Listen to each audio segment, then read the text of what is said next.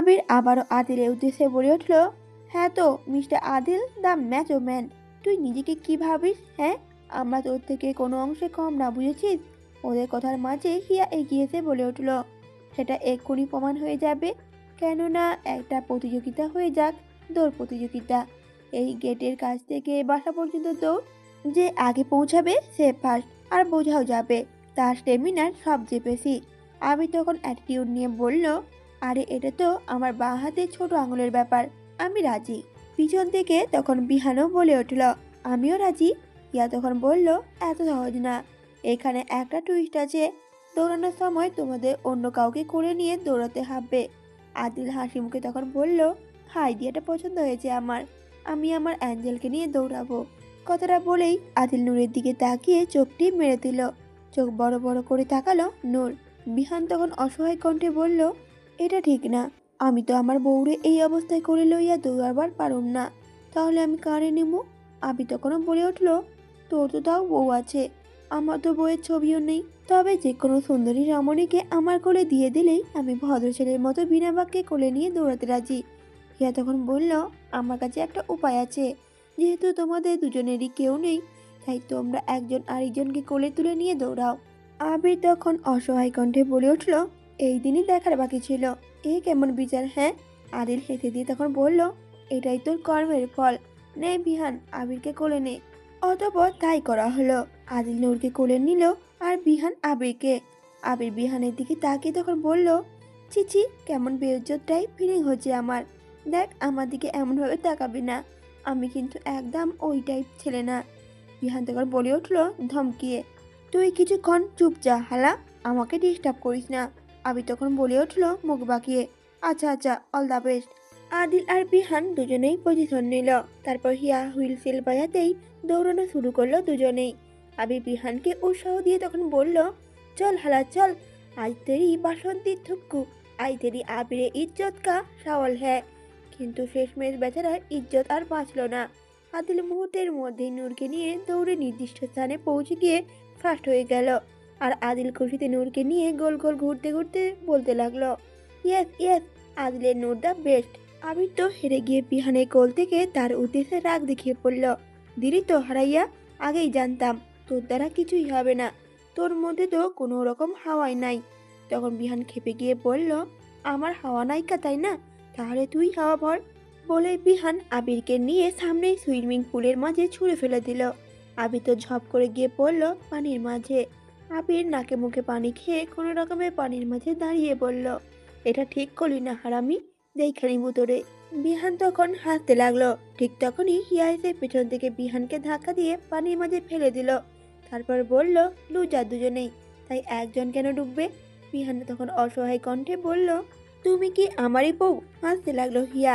আবির বিহানের দিকে তাকিয়ে এক ভ্রু উঁচিয়ে শয়তানি হেসে বলল, আব তেরা ক্যা হোগা কালিয়া।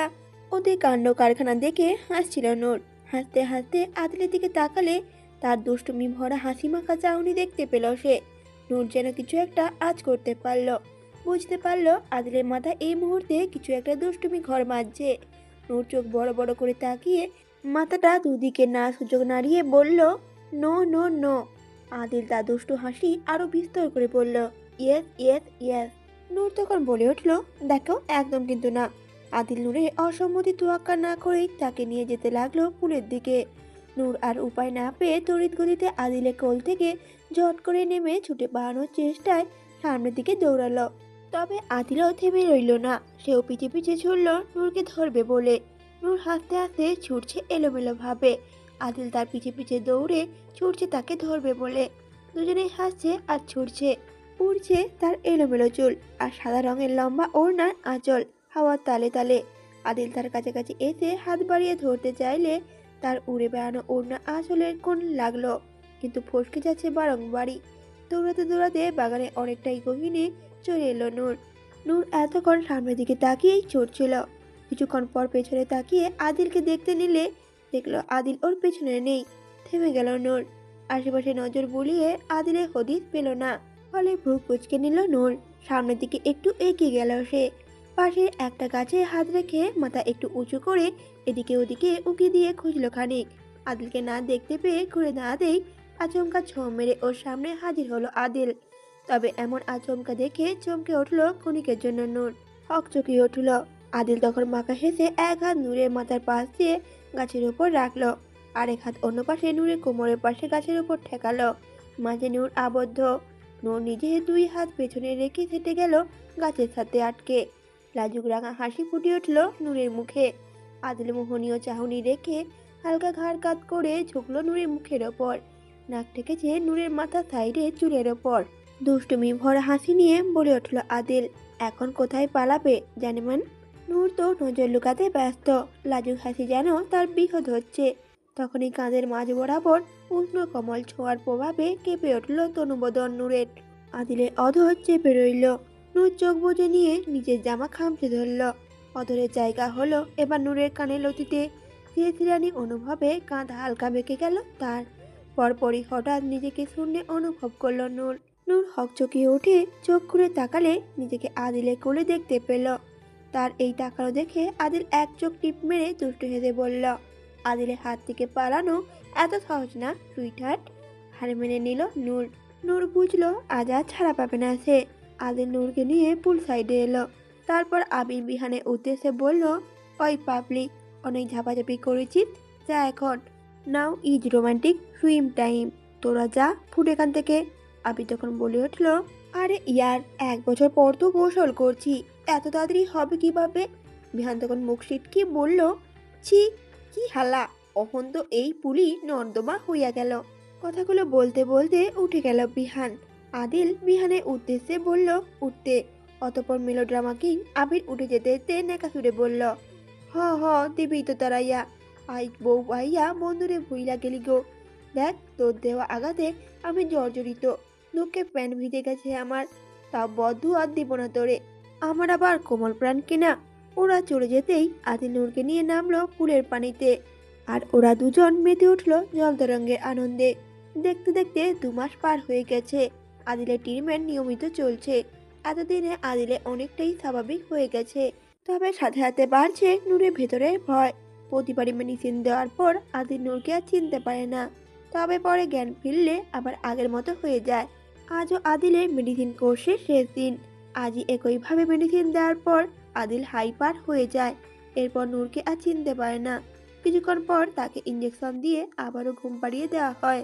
তারপর যথারীতি তাকে বাড়িতেও নিয়ে আসা হয়। আদিলকে বাড়িতে নিয়ে আসতেই আরেকটা ঘটনা ঘটে। হিয়ার ডেলিভারি পেইন উঠছে তখন। অবস্থা বেগতিক দেখে আবির আর বিহান দ্রুত তাকে হসপিটালে নিয়ে যায়। আর নূর থেকে যায় আদিলের কাছে। জ্ঞানে ফিরে যে আদিল ওকে না দেখতে পেরে অস্থির হয়ে যাবে, তাই আর নূর গেল না হসপিটালে। আদিলকে বিছানায় শুয়ে সে ওয়াশরুমে ঢুকলো ফ্রেশ হতে। গোসল সেরে রুমে এসে আয়নার সামনে চুল ঝাড়তে লাগলো। নূর চুল ঝাড়ার মাঝেই হঠাৎ আয়নায় দেখতে পেল আদিলের জ্ঞান ফিরেছে। ধীরে ধীরে উঠে বসছে সে। এক হাতে মাথা চেপে আছে, হয়তো মাথাটা ভারী লাগছে তার। নূর তোয়ালেটা রেখে আদিলের দিকে এগিয়ে যেতে যেতে বলল, ঘুম ভেঙেছে তোমার? ভালো হয়েছে, এসো গোসল করিয়ে দেই তোমাকে। আজকাল তো গোসল না করিয়ে দেওয়া পর্যন্ত তুমি জিদ ধরে বসে থাকো। অনেক দুষ্ট হয়ে গেছো আজকাল, এখন চলো। কথাটা বলতে বলতে নূর আদিলের হাত ধরে উঠানোর জন্য টেনে ধরল। তৎক্ষণাৎ আদিল ছটকা মেরে নিজের হাত ছাড়িয়ে নিল। নূর থমকিত চোখে তাকালে আদিল কপাল কুঁচকে বলল, হোয়াট ননসেন্স ইজ দিস? কে আপনি? আর আমার রুমে কি করছেন? এভাবে অপরিচিত পুরুষের রুমে ঢুকে হাত ধরে টানাটানি করা, এগুলো কি ধরনের অসভ্যতামি? নূর যেন মূর্তিতে পরিণত হলো মুহূর্তেই। নূরের বুক ধক করে উঠল।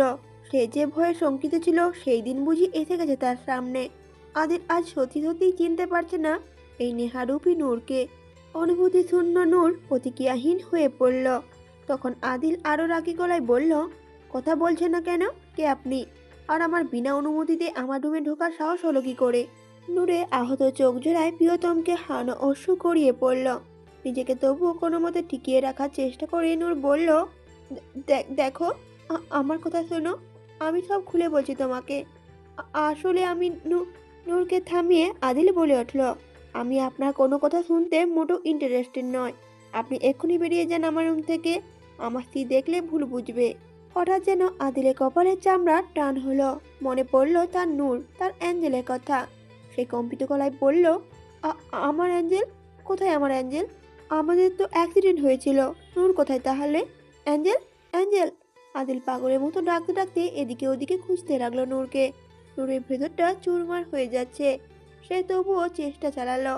আদিলের সামনে গিয়ে বলল, দেখো, আমার কথা শোনো প্লিজ, এমন করো না, আমি সব বুঝে বলছি তোমাকে। নূরকে কোথাও না পেয়ে আদিল এমনিতেই অস্থির হয়ে মরিয়া হয়ে গেল। যার দরুন সে ক্রোধিত হয়ে বলল, ও just shut up, just grow from here. Khodeja, Khodeja! Adil জোরে জোরে খোদেজাকে ডাকতে লাগলো। তার ডাক শুনে খোদেজা এক পোকা ছুটে এলে আদিল বলে উঠল, এই মেয়ে আমাদের বাড়িতে কিভাবে ঢুকলো? এক্ষুনি বের করো এ বাড়ি থেকে, রাইট নাও। খোদেজা কিছু বলতে যাবে তখন নূর চোখের ইশারায় ওকে মানা করলো। আদিল এমনিতেই অস্থির হয়েছে। এমন অবস্থায় সে কোনো কিছু শোনার পর্যায়ে নেই। এতে হয়তো আদিলের আরো ক্ষতি হতে পারে। তাই নূর খোদেজাকে ইশারা করলো আদিলের বলা অনুযায়ী কাজ করতে। খোদেজাও নূরের হাত ধরে বাইরে নিয়ে যেতে লাগলো। যেতে যেতে অশ্রু সজল চোখে নূর তাকিয়ে রইল আদিলের পানে। এটাই হয়তো তার শেষ দেখা তার প্রিয়তমকে। দরজা খুলে দিতেই সম্মুখে নূরকে স্থির দাঁড়ানো দেখতে পেল জাকিয়া। হঠাৎ নূরকে এখানে দেখে যেমন খুশি হলো তেমন চিন্তিত হলো নূরের অবস্থা দেখে। মেয়েটার মুখ কেমন ফ্যাকাশে রক্তশূন্য হয়েছে, যেন মৃত কোনো ব্যক্তি দাঁড়িয়েছে তার সামনে। জাকিয়া শঙ্কিত হলো। মেয়ের কাছে এগিয়ে গিয়ে উদ্বিগ্ন গলায় বলে উঠল, নেহা, কি হয়েছে মা? তোকে এমন কেন দেখাচ্ছে? আর হঠাৎ এভাবে এলি যে? নূর অশ্রু সজল নয়নে করুণ বেদনার্ত চাহনিতে তাকালো জাকিয়ার দিকে। কেন যেন মুহূর্তেই তার নিজের গর্ভধারী মায়ের চেয়ে বেশি জাকিয়ার কথাই আগে মনে পড়ল তার। তাই তো তার কষ্টের ভার নিয়ে জাকিয়ার কাছে এসে হাজির হয়েছে। অসহায় নিদারুণ বেদনার্ত কণ্ঠে কেঁদে ওঠে নূর বলল, মা, আমি কি করব? আমার আদিল যে আমাকে চিনতে পারছে না মা। আমার তো সব অস্তিত্বই শেষ হয়ে গেল মা। কথাগুলো বলতে বলতে হু হু করে কেঁদে উঠল নেহা। জাকিয়া মেয়ের কষ্টে ব্যথিত হয়ে দ্রুত মেয়েকে জড়িয়ে নিল মমতার আঁচলে। মাথায় হাত বুলিয়ে দিয়ে বলল, শান্ত হ মা, কি হয়েছে আগে খুলে বল, এভাবে ভেঙে পড়লে হবে, আয় ভেতরে আয়। জাকিয়া নূরকে ধরে ভেতরে নিয়ে এলো। অনেক চেষ্টার পর নেহাকে একটু শান্ত করাতে পারল। তারপর জানতে চাইলো কি হয়েছে সব খুলে বলতে। নূর তখন সব বিস্তারিত বলল জাকিয়াকে। সব শুনে নেহার মা বলে উঠল, কাঁদিস না মা, এত ভেঙে পড়লে চলবে না। তবে তুই চিন্তা করিস না, আদিল একবার সবটা জানতে পারলে দেখবি সবই ঠিকই চিনতে পারবে তোকে। দরকার হলে আমরা গিয়ে কথা বলবো ওর সাথে। নূর তখন সাথে হাতে বলে উঠল, না না মা, একদম এটা করো না, মাত্রই তো উনি সুস্থ হয়েছে। এখন এসব বলে ওকে নতুন কোনো প্রেশার দিতে চাই না আমি। এতে ওর মানসিক অবস্থা আবারও খারাপ হতে পারে। ও সুস্থ থাকুক, এর চেয়ে বেশি জরুরি কিছুই না আমার কাছে। তখনই পাভেল বলে উঠল পেছন থেকে, দেখলি তো টুকটুকি, এই ছিল তোর আদিল। সামনে আস্তে আস্তে কথাটা বলে উঠল পাভেল। গত 2 মাসে তার শরীরে আঘাতগুলো সব সেরে গেছে। পাভেল আরও সামনে অগ্রসর হয়ে নূরের পাশের সবাই এসে বসল। তারপর বলল, দেখতে পেলি তো কতটা অকৃতজ্ঞ ওই লোকটা, যার জন্য দিনরাত এত সেবা করলি, সেই আজ ভালো করে তোকে চিনলই না। তুই আমাকে সেদিন বললি আমি নাকি চেহারার জন্য তোকে চাই, তাহলে আজ কি বলবি? আদিল তো তোকে অন্য চেহারায় দেখে চিনতে না পেরে ফিরিয়ে দিল, তাহলে ওর ভালোবাসা খাঁটি কিভাবে হলো? আর তুই ওই লোকটার জন্য আমাকে ছেড়ে দিলি। তবে আমি কিন্তু তোকে ভুলিনি, তোকে আমার চেয়ে বেশি কেউ ভালোবাসতেই পারবে না। তুই তবে চিন্তা করিস না, আমি আছি তো তোর পাশে। নূর তখন চোখের পানি মুছে দৃঢ় কণ্ঠে বলে উঠল পাভেলকে, আমার আদিলের ভালোবাসা কতটা গভীর তা বোঝার মতো ক্ষমতা তোমার নেই, আর না তোমার সামনে সেটা প্রমাণ করা প্রয়োজন মনে করি আমি। শুধু মনে রেখো, শুধু এক জনমে কেন, আরো 7 জনম ভালোবাসলেও আদিলের ভালোবাসার সমান কেউ হতে পারবে না, কখনো না। তুমি এসবের মাঝে না পড়লেই খুশি হব। কথাটা শেষ করেই উঠে নিজের রুমে চলে গেল নূর। নূরের এখন পাভেলকে অসহ্য লাগছে, সবকিছু অসহ্য লাগছে তার। মনটা যে পড়ে আছে আদিলের বিরহে। কিভাবে বাঁচবে সে তার আদিলকে ছাড়া? যদি আলাদাই করাচ্ছিল তাহলে এই নতুন জীবন কেন দিল আল্লাহ তাকে? রাতের দিকে বাসায় ফিরল আবির। হেয়ার ডেলিভারি ভালোভাবেই হয়েছে, ছেলে সন্তান হয়েছে তাদের। বিহান সেখানেই রয়েছে বউ বাচ্চার সাথে। অনেক রাত হওয়ায় আবির বাসায় চলে এসেছে। তবে বাসায় আসতে খোদিজার কাছে ঘটনার বিবরণ জানতে পারেছে। ভীষণ রকম চমকে যায় সে। একদিকে বন্ধু পুরোপুরি সুস্থ হওয়ায় খুশি, অন্যদিকে নূরকে চিনতে না পারায় চিন্তায় মনটা খারাপ করে দিল তার। সে দ্রুত পা বাড়ালো আদিলের রুমের দিকে। রুমে এসে দেখলো আবির। আদিল অস্থিরভাবে পায়চারি করছে রুমে। আবিরকে দেখেই আদিল দ্রুত তার সামনে এগিয়ে গিয়ে উত্তেজিত কণ্ঠে বলে উঠল, আমার নূর কই আবির? বল আবির, আমার অ্যাঞ্জেল কোথায়? আমাদের তো অ্যাক্সিডেন্ট হয়েছিল, তারপর কি হয়েছে? আর আমার অ্যাঞ্জেলি বা কোথায়? ওকে দেখছি না কেন? সত্যি করে বল, ওর কিছু হয়নি তো? আবির তখন বলে উঠল, তোর অ্যাঞ্জেল তো তোর সামনেই ছিল, তাকে তুই বের করে দিলি। আদিল তখন অবাক হয়ে বলল, হোয়াট? কি আবল তাবল বলছিস এসব? দেখ, হেয়ালি না করে সত্যি করে বল, নূর কোথায়? আবির তখন আদিলের হাত ধরে বলল, শান্ত হ আদি, আমি বলছি তোকে সব। আগে শান্ত হয়ে বস। আবির আদিলকে বিছানার উপর বসিয়ে বলে উঠল, দেখ, আমি যা বলবো তা মন দিয়ে শুনবি, আগেই উত্তেজিত হবি না। আদিল তখন বলে উঠল, আবির তুই আগে বল আমার নূর কোথায়? আবির তখন বলে উঠল, বলছি, তোদের অ্যাক্সিডেন্টের 2 বছর বেশি হয়ে গেছে আদি। তুই এতদিন মানসিকভাবে অসুস্থ ছিলি, এর মাঝে অনেক কিছু হয়ে গেছে। আদিল তখন অবাক হয়ে বলল, 2 বছর হয়ে গেছে? নূর নিশ্চয়ই এতদিন আমার সাথে ছিল, তাই না বল? আদিলের কণ্ঠস্বর কম্পিত আর ভীতিগ্রস্ত। আবির বলে উঠল, আগে আমার পুরো কথা শোন। অ্যাক্সিডেন্টের পর নূর ভাবিকে পা গিয়েছিল না। আমরা ভেবেছিলাম সে বোধ হয়, বিশেষ করে তুই সে কারণে আসলে মানসিক ভারসাম্য হারিয়ে ফেলিস।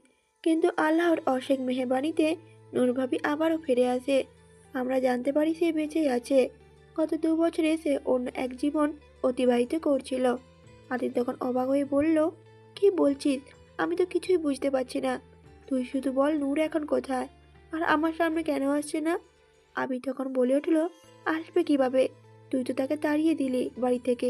যাকে তুই অসুস্থ অবস্থায়, যখন আমরা কেউ চিনতে পারিনি, তুই ঠিক চিনতে পারলি, আর সুস্থ হতেই তাকে তাড়িয়ে দিলি। আবির তখন বিরক্ত হয়ে বলে উঠল, কি বারবার একই কথা বলছিস? আমি কেন আমার নূরকে তাড়িয়ে দেব? পাগল হয়ে গেছিস তুই? নূরকে তো আমি পাগলের মতো খুঁজে যাচ্ছি তখন থেকে। আবির তখন বলে উঠল, পাপি তো তোর সামনেই ছিল, যাকে তুই অন্য মেয়ে ভেবে তখন তাড়িয়ে দিলি, ওটাই ছিল তোর নূর, তোর অ্যাঞ্জেল।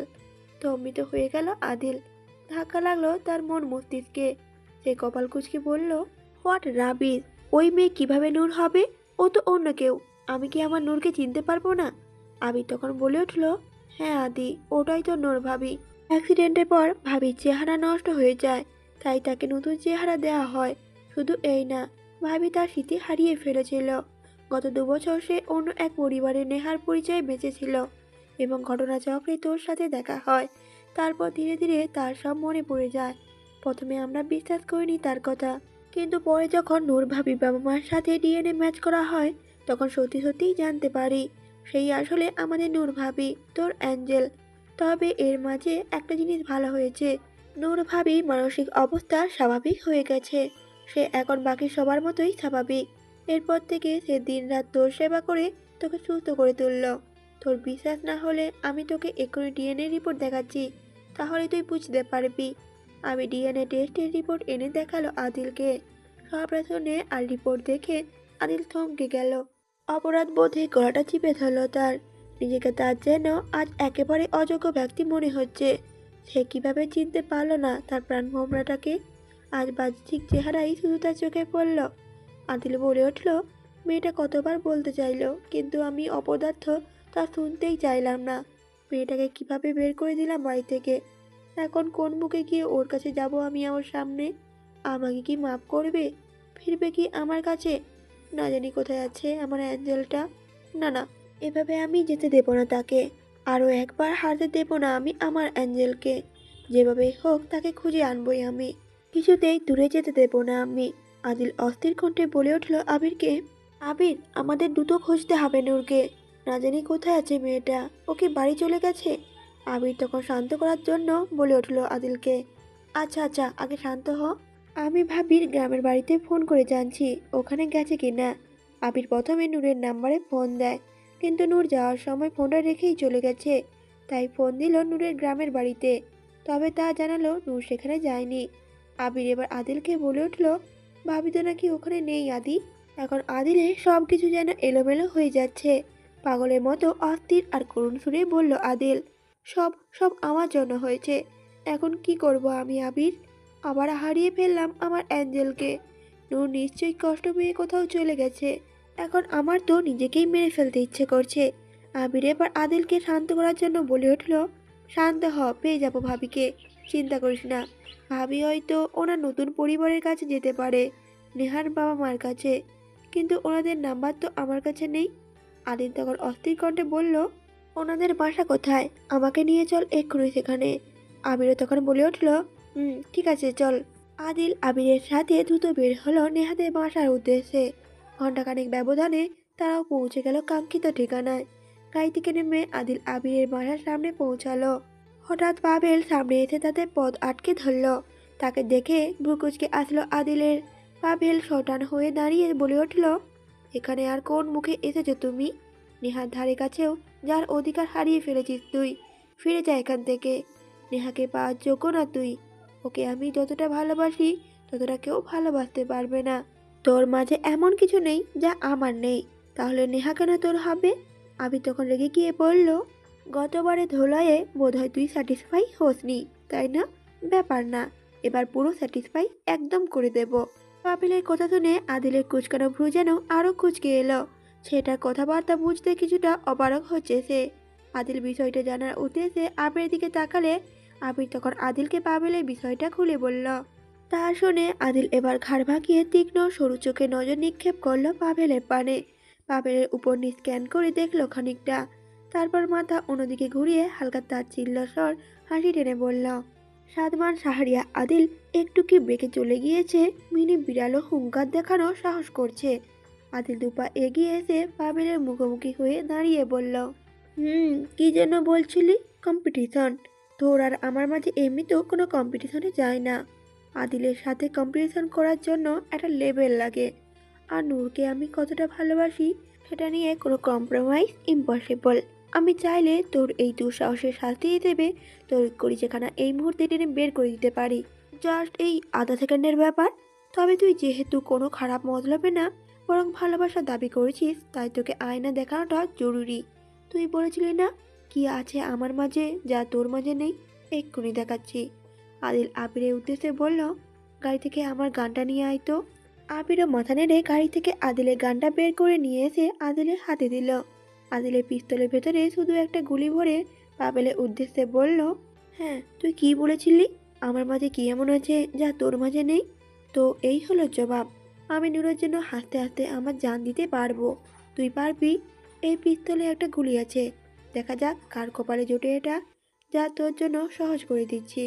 প্রথমে আমি শ্যুট করছি বলেই আদিল নিজের মাথার পাশে পিস্তল ঠেকিয়ে টিগার চাপলো। তবে ফাঁকা গেল তার।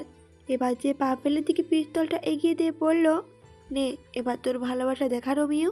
পাভেলের কপালে ঘাম ছুটে যাচ্ছে, ভয়ে গলাটা শুকিয়ে আছে তার। কাপা কাপা হাতে পিস্তলটা ধরল সে। ভয়ে ভয়ে মাথার কাছে নিতেই দমটা যেন বেরিয়ে গেল তার। ঠাস পিস্তল ফেলে দিল সে। আদিল হালকা হেসে বলল, এবার বুঝলি তো কি আছে আমার মাঝে যা তোর মাঝে নেই? আশা করি এরপর আর বুঝতে সমস্যা হবে না, কারণ এরপর আমি কোনো প্রমাণ দেব না, বরং তোর এই প্রশ্ন জাগানো মস্তিষ্কটাই অফ করে দেব। বলা শেষ করে পাভেলের পাশ কাটিয়ে চলে গেল আদিল। আবিরে গেল সাথে। আদিল দরজায় নক করলেই জাকিয়া দরজা খুলে দিল। খুলে দিতেই আদিল অস্থির কণ্ঠে বলে উঠল, নূর কোথায়? জাকিয়া তখন থতমত কণ্ঠে বলে উঠল, নেহা তো রুমে। আদিল আর ক্ষণিক সময় নষ্ট না করে হুড়হুড়িয়ে ভেতরে ঢুকে গেল। আর আবিরও ততক্ষণে জাকিয়াকে সবটা বুঝিয়ে বলল। মেঝেতে নিস্তেজ অচেতন মতো পড়ে আছে নূর। চোখ দিয়ে নীরব কান্না গড়িয়ে পড়ছে অজরে। নিজেকে যেন নিঃশেষ অনুভব করছে সে, যেন তার বেঁচে থাকার প্রদীপটাই নিভে যাচ্ছে। আদিলকে ছাড়া বেঁচে থাকা জীবন্ত লাশ বই কিছুই না তার জীবনে। তার সর্বস্ব জুড়ে যে আদিলের বাস, তাকে ছাড়া কিভাবে জীবন কাটাবে সে? কতক্ষণ ধরে এভাবে পড়ে আছে তার খেয়াল নেই নূরের। জাকিয়া কয়েকবার ডেকেছিল, তাও যেন শুনতে পায়নি সে। তার কাছে যে এখন দুনিয়ার সবকিছুই বিষাদময় হয়ে গেছে, যে বিষাদের সমাপ্তি কেবল আদিলের আগমনেই ঘুচবে, নতুবা যে আর কিছুতেই না। বরং সেই মুহূর্তে বুঝি এলো সহসায় কানে এসে বাজলো সেই কাঙ্ক্ষিত কণ্ঠস্বরটি, অ্যাঞ্জেল। আদিল ডেকে উঠল অ্যাঞ্জেল বলে। থতমত খেয়ে গেল নূর। ঝট করে উঠে বসলো সে, পিছনে ফিরে তাকালো এবং দেখলো নূর স্বয়ং আদিল দাঁড়িয়ে আছে তার পেছনে। নিজের চোখকে বিশ্বাস করতে পারল না নূর। অপলক অশ্রুভরা করুণ চাহনিতে তাকিয়ে রইল আদিলের পানে। আদিলের চোখে এক আকাশ ভালোবাসা মায়া উপচে পড়ছে, যেন কতকাল বাদে তার প্রিয়সীর দেখা পেল সে। নজরে জমল অশ্রু জলের পারদ, দুই হাত প্রসারিত করে প্রিয়তমাকে জানালো আহ্বান, যেন নিজের বাহুডোরে। বিরহে কাতর নূরের যেন এটারই অপেক্ষায় ছিল। সে তার ক্ষণিক সময় ব্যয় না করেই উঠে দাঁড়িয়ে পাগলের মতো দৌড়ে এসে হামলে পড়ল আদিলের বক্ষস্থলে। দুই হাতে পেঁচিয়ে ধরল আদিলের গলা, কাঁধে মুখ গুজে কান্নার জোর বাড়ালো সে। আদিল তার অ্যাঞ্জেলকে দুই হাতে শক্ত বাঁধনে মিশিয়ে নিল নিজের বক্ষ মাঝে, কোমর পেঁচিয়ে উঁচু করে ধরল আরো নিবিড় বাঁধনে। নূরের পা জমিন থেকে শূন্যে উঠে গেল, কাঁদছে সে। এটা যে প্রাপ্তির কান্না। আদিল অনুভব করছে তার নূরকে। হ্যাঁ, এই তো তার অ্যাঞ্জেল। তার নিঃশ্বাস যে আদিলের রন্ধে রন্ধে পরিচিত। অনুভব করলো খুব করে তার প্রাণ ভোমরাটাকে। কিছুক্ষণ সেভাবে থেকে আদিল নামালো তাকে। দুই হাতে নূরের মুখটা ধরে সহস্র চুমু বর্ষণ করলো তার মুখ জুড়ে। কপালে কপাল ঠেকিয়ে অপরাধী গলায় বলল Adil, I am sorry angel. Abir আমাকে সব বলেছে। মাফ করে দাও আমাকে। আমি আমার অ্যাঞ্জেলকে চিনতে পারিনি। আমার কলিজার সাথে কত খারাপ ব্যবহার করেছি আমি। মাফ করে দাও অ্যাঞ্জেল। চাইলে শাস্তি দাও, সব মেনে নেব আমি। শুধু আমার থেকে আর দূরে যেও না। এখন তো চোখ বুঝলেও ভয় করে, যদি তোমাকে হারিয়ে ফেলি। প্লিজ দূরে যেও না। আর তোমাকে যে হারাবার শক্তি নেই আমার মাঝে। নূর তখন মায়াময় সুরে বলল আদিলকে, কোথায় যাব হিরো? আমার তো রাস্তাও তুমি আর মঞ্জিলও তুমি। তুমিহীনা সব কিছুই শূন্য। আদিল তখন বলে উঠল, চলো অ্যাঞ্জেল, তোমার রাজ্য যে তোমার অপেক্ষায় আছে। নূরের কপালে চুমু খেয়ে তাকে কোলে তুলে নিল আদিল। নূর আবেশে মাথা রাখলো আদিলের কাঁধে।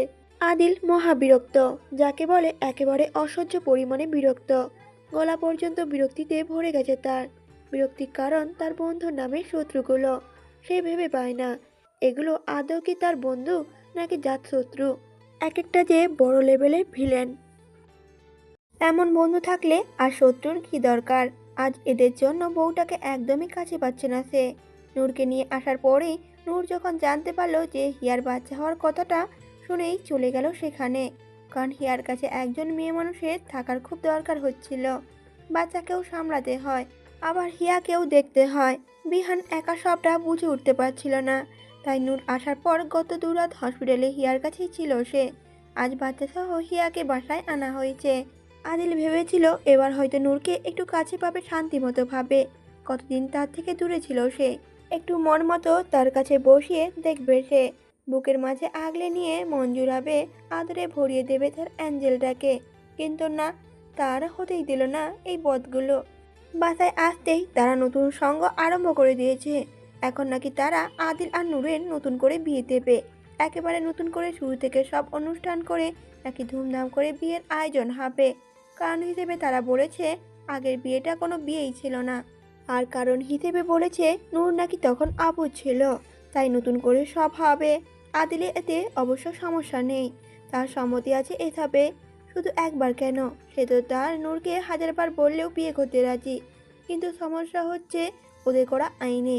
যে আইন অনুযায়ী বিয়ের আগ পর্যন্ত আদিল নূরকে আলাদা আলাদা থাকতে হবে। শুধু কি তাই? তাই নয়, আরও রয়েছে তাদের একজন আরেকজনকে দেখাও যাবে না। মানে এটা কোনো কথা হলো? আদিল এর বিপরীতে ঘোর বিপত্তি জানালো। সে বলল এটা সে কিছুতেই মানতে পারবে না। দূরে দূরে থাকার এই কথাটা একদম মানতেই পারছে না। কিন্তু তার মানা না মানার ধার ধারলো না কেউ, বরং উল্টো হুঁশিয়ারি দিয়ে বলল, কথা না মানলে দরকার হলে নূরকে তারা যে কোনো মায়ের বাড়িতে রেখে আসা হবে। তা শুনেই তো আদিল আঁতকে ওঠে। এটা তো আরও ভয়াবহ ব্যাপার। বেচারা পড়ে যায় ঘেরা করলে, একদিকে নদী তো একদিকে কুয়া। আদিল বাঁচার জন্য শেষ অবলম্বন স্বরূপ নূরের দিকে সাহায্যের আশায় তাকালো, কিন্তু বেচারা সেখানেও ধোঁকা খেল। নূর যেন তাদের দলের সামিল হয়ে আদিলকে পর করে দিল। নূর কিছু না বলেই চুপচাপ বসেই রইল। রাগ আর বিরক্তিতে আদিল আর না পেরে কপট রাগ দেখিয়ে উঠে এলো আলোচনা থেকে। তখন থেকেই এভাবে বিরক্তি নিয়ে বসে আছে সে। নূর একবারও এলো না তাকে দেখতে, সেজন্য আরও রাগ হচ্ছে তার। মেয়েটার কি কোনো মায়া দয়া নেই? কোথায় এতদিন পর কাছে পেয়ে তাকে একটু আদর সোহাগ করবে? তা না, ওই বর্বরদের ষড়যন্ত্রে সামিল হয়ে গেছে। দেখে নিবে সবগুলোকে। অপরদিকে নূরের যে খারাপ লাগছে না তা না, কিন্তু সবার সামনে দ্বিধায় কিছু বলতে পারছে না সে। নতুন করে বিয়ের ব্যাপারে সেও খুশি।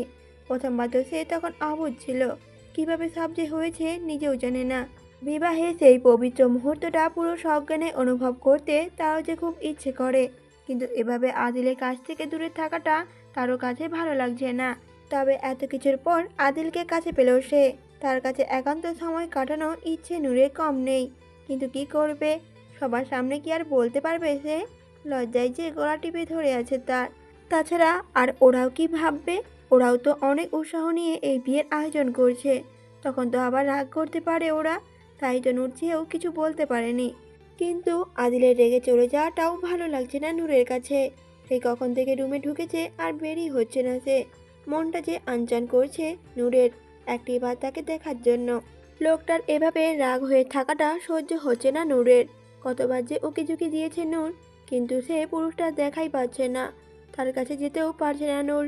বিয়ে না হওয়া পর্যন্ত নূরের নিচে হিয়ার রুমে থাকতে বলা হয়েছে। এমনিতেও হিয়া বাচ্চা নিয়ে একা পেরে উঠছে না, নূর থাকলে একটু সাহায্যও হবে, আর ওদের দূরে থাকাটাও হবে। বিহান ততদিনে অন্য রুমে থাকবে, তাই নূর এখন নিচের রুমেই অবস্থান করছে। কয়েকবার সিঁড়ির কাছে গিয়েও উকি ঝুঁকি দিয়েছে আদিলের রুমে, তবে কেউ না কেউ সামনে পড়ায় আর এগোতে পারছে না সে। সবগুলো নজর গেড়ে রেখেছে তাদের ওপর, যেন তারা কোনো চোর টোর। নূরের ফোনটাও নিয়ে নেওয়া হয়েছে, এমনকি রাতের খাবারটাও নূর আর আদিলের রুমে দিয়ে দেওয়া হয়েছে। নূরের মুখে খাবার উঠবে কিভাবে, সে তো ভালোভাবেই জানে আদিল রেগে না খেয়েই আছে নিশ্চয়ই। তাহলে নূর কিভাবে খাবে? হিয়া জোরাজুরি করলে নূর তখন বলল তার কেমন অ্যাসিডিটি হচ্ছে, তাই সে খাবে না। হিয়াও শেষমেশ হার মেনে আর কিছুই বলল না নূরকে। নূর মলিন মুখেই হিয়ার রুমে রাতে থেকে গেল। মনটা যে পড়ে রইল ওই রুষ্ট পুরুষের আঙিনায়। রাতে হিয়ার বাবুটা কেঁদে ওঠে। হিয়া অনেকবার চেষ্টা করেও থামাতে পারছে না। নূরও কিছুক্ষণ নিয়ে হাঁটলো, কিন্তু থামছে না কিছুতেই। নূর তখন বলল, হিয়া, বাবুর বোধহয় পেট ব্যথা করছে, পেটে একটু কুসুম গরম ভাপ দিলে হয়তো ভালো লাগবে, আমি নিয়ে আসছি এখনই। হিয়া বাচ্চাকে করে দোলাতে দোলাতে বলে উঠল, আচ্ছা ভাবি, ঠিক আছে, আনুন। নূর রান্নাঘরে গিয়ে জলদি করে একটু কুসুম গরম পানি আনলো। তারপর একটা কাপড়ে হালকা ভাপ নিয়ে বাচ্চাটার পেটে দিল, এবং কিছুক্ষণ পর ধীরে ধীরে বাবুটাও শান্ত হয়ে ঘুমিয়ে গেল। হিয়া তখন কৃতজ্ঞতা প্রকাশ করে বলে উঠল, থ্যাংক ইউ ভাবি, আপনি না থাকলে বাবুকে শান্তই করতে পারতাম না আমি। সত্যি আপনি অনেক ভালো একজন মা হবেন। লজ্জা ভাব প্রকাশ পেল নূরের মুখায়াবে। পানির পাত্রটা রাখতে আবারও রান্নাঘরের দিকে এগোলো সে। রান্নাঘরের বেসিনে গরম পানিটুকু ফেলে দিয়ে পাত্রটা রেখে হাত ধুতে লাগলো বেসিনের পানিতে। ঠিক তখনই আচমকা একটা হাত পেছন থেকে এসে চেপে ধরলো ওর মুখ। অন্য একটা হাত বেসিনের ট্যাপ বন্ধ করে দিয়ে সেই হাতে নূরে হাত সহ পেট পেঁচিয়ে ধরলো শক্ত করে। নূর কোনো কিছু বুঝে ওঠার আগেই আগন্তুক তাকে পেঁচিয়ে ধরে নিয়ে যেতে লাগলো বাইরের দিকে। নূর সাথে হাতে আটকে উঠল। নিজেকে ছাড়ানোর জন্য নড়াচড়া করতে গিয়েও ওই শক্ত বাঁধনের জোরে পেরে উঠতে পারল না। ভয়ে অন্তর কাঁপছে নূরের। ভয়ের তরে সে অনুভব করতেই পারছে না আসলে ব্যক্তিটাকে। তার ছটফটানি মাঝেই ব্যক্তিটি তাকে বাইরে পুলের কাছে নিয়ে এলো। সুইমিং পুলের পাশে এনে থামলো সে। নূর ছাড়া পাওয়ার চেষ্টায় তখনও তোড়জোড় চালাচ্ছে। হঠাৎ তখনই কানের কাছে উষ্ণ কণ্ঠস্বর পেল। আদিল নূরের কানের কাছে এসে ফিস ফিস করে বলে উঠল, আমাকে আগুনে পুড়িয়ে খুব আরামে আছো তাই না? এর চেয়ে তো ভালো ওই পানিতে ডুবিয়ে মেরে ফেলো আমায়। আদিলের কণ্ঠস্বর কানে পৌঁছাতেই থতমত খেয়ে গেল নূর। স্থির হলো সকল ছটপটানি তার। শান্ত হলো আতঙ্কিত হৃৎপিণ্ডটা। বুঝতে পারলো এটা তারই আপন পুরুষটা। আদিলের বাঁধন ঢিলা হলো। হাত সরিয়ে নিল নূরের মুখের ওপর থেকে। তারপর ধীরে ধীরে ঘাড় বাঁকিয়ে পিছনে তাকালো নূর।